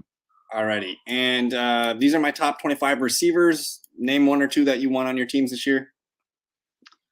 So looking at your top 25, the first name he's on my mind is Sky Moore. If you get him as your wide receiver 4, maybe wide receiver 3 even, first guy off the bench, maybe your second flex if you're in a 2-flex league. Yep. I think it's just the sky is the ceiling. So I think with these are my projection rankings we're looking at. I have him right next to Zay Flowers. So I'm a little bit more aggressive than most ADPs on him. So if you're drafting off these, you're going to get Sky Moore. Yeah, and then let's see, one more, maybe higher up the list. I think if you can come away in the 3rd round with Calvin Ridley in your leagues, you're going to really be happy with that, because I think that's a guy who is being drafted outside the top 12, who is probably a top 12 receiver this year. Gun to your head, Calvin Ridley or T. Higgins? Calvin Ridley. Gun to your head, Calvin Ridley or Keenan Allen? Calvin Ridley. I need to get Calvin Ridley right here at wide receiver 15. That's my move that I'm going to make. And then one receiver to avoid in the top 25 or so. It's probably Deebo Samuel for me. Okay, just because we like Ayuk. Yeah, take Ayuk. And then I think our tight end notes are pretty well documented here. Get Jake Ferguson in the last round of your drafts. Just take him. Yeah, take him. It's a gift. You could totally come away with Ferguson and Kincaid, Ferguson and Jawan, Ferguson and Musgrave, and just have fun with it. Yeah. Otherwise, if you're drafting one of the top 8 tight ends, which ones stick out? Yeah, first round Kelsey. No one's going to give you any hard times for that. Clear tier 1. Clear tier 2 is Mark Andrews. You get him anywhere at the end of the 3rd, maybe in the 4th round. I think it's a great spot. Dallas Goedert. I'm taking Goddard over Pitts, over Kittle. So if you can wait and grab Goddard, otherwise I'm avoiding TJ Hawkinson where he is right now. A lot of concerns. He's not really practicing the back. That's not a great sign. Kyle Pitts, can't trust it. George Kittle, against the alien invasion, I'm taking George Kittle, but in a 17-game football season, can't trust him. The other easy note on George Kittle is he had a touchdown spike year. He had a career year in touchdowns. Those are coming down. I don't think he's a top 5 tight end. And then I think we're all pretty in on Pat Freiermuth. Yeah, he's a good consolation there once the first tier goes. I think once it gets to Freiermuth and I miss on Freiermuth, I'm not clicking Ingram Njoku. I'm taking Ferguson and a rookie tight end. I think that's kind of my cutoff point. You can sell me on Njoku. I think I like Njoku, but at that point, I like the running backs where Njoku kind of goes. So I think we're well documented on tight end. And we got a question here. Draco's asking, should I trade Drake London and Charbonnet for Jerry Jeudy? I said to keep London Charb, and he's asking, what if I sub London out in the trade and put Ayuk? No, we're not trying to get Jerry Jeudy. I think London, Ayuk are ballers, and honestly, I'd rather have those guys even if Jerry Jeudy was healthy. Yeah, I agree. I think. But this was fun, guys. We're gonna get out of here. We went for 2 hours and 40 minutes today in this mock draft marathon. Shout out to Jesse. Thanks for hanging out and coming through. Hopefully, we gave you guys a good show and did a lot of mock drafts. We probably did like 7-8 mock drafts in this, so it's been a long day. Final thought here: thoughts on Barkley versus Tony Pollard, Jesse? Just pick one name. Saquon Barkley's, still a guy who can smash. So give me Barkley. And he's healthy. Pollard's got the foot. I could lean Barkley, but they're neck and neck.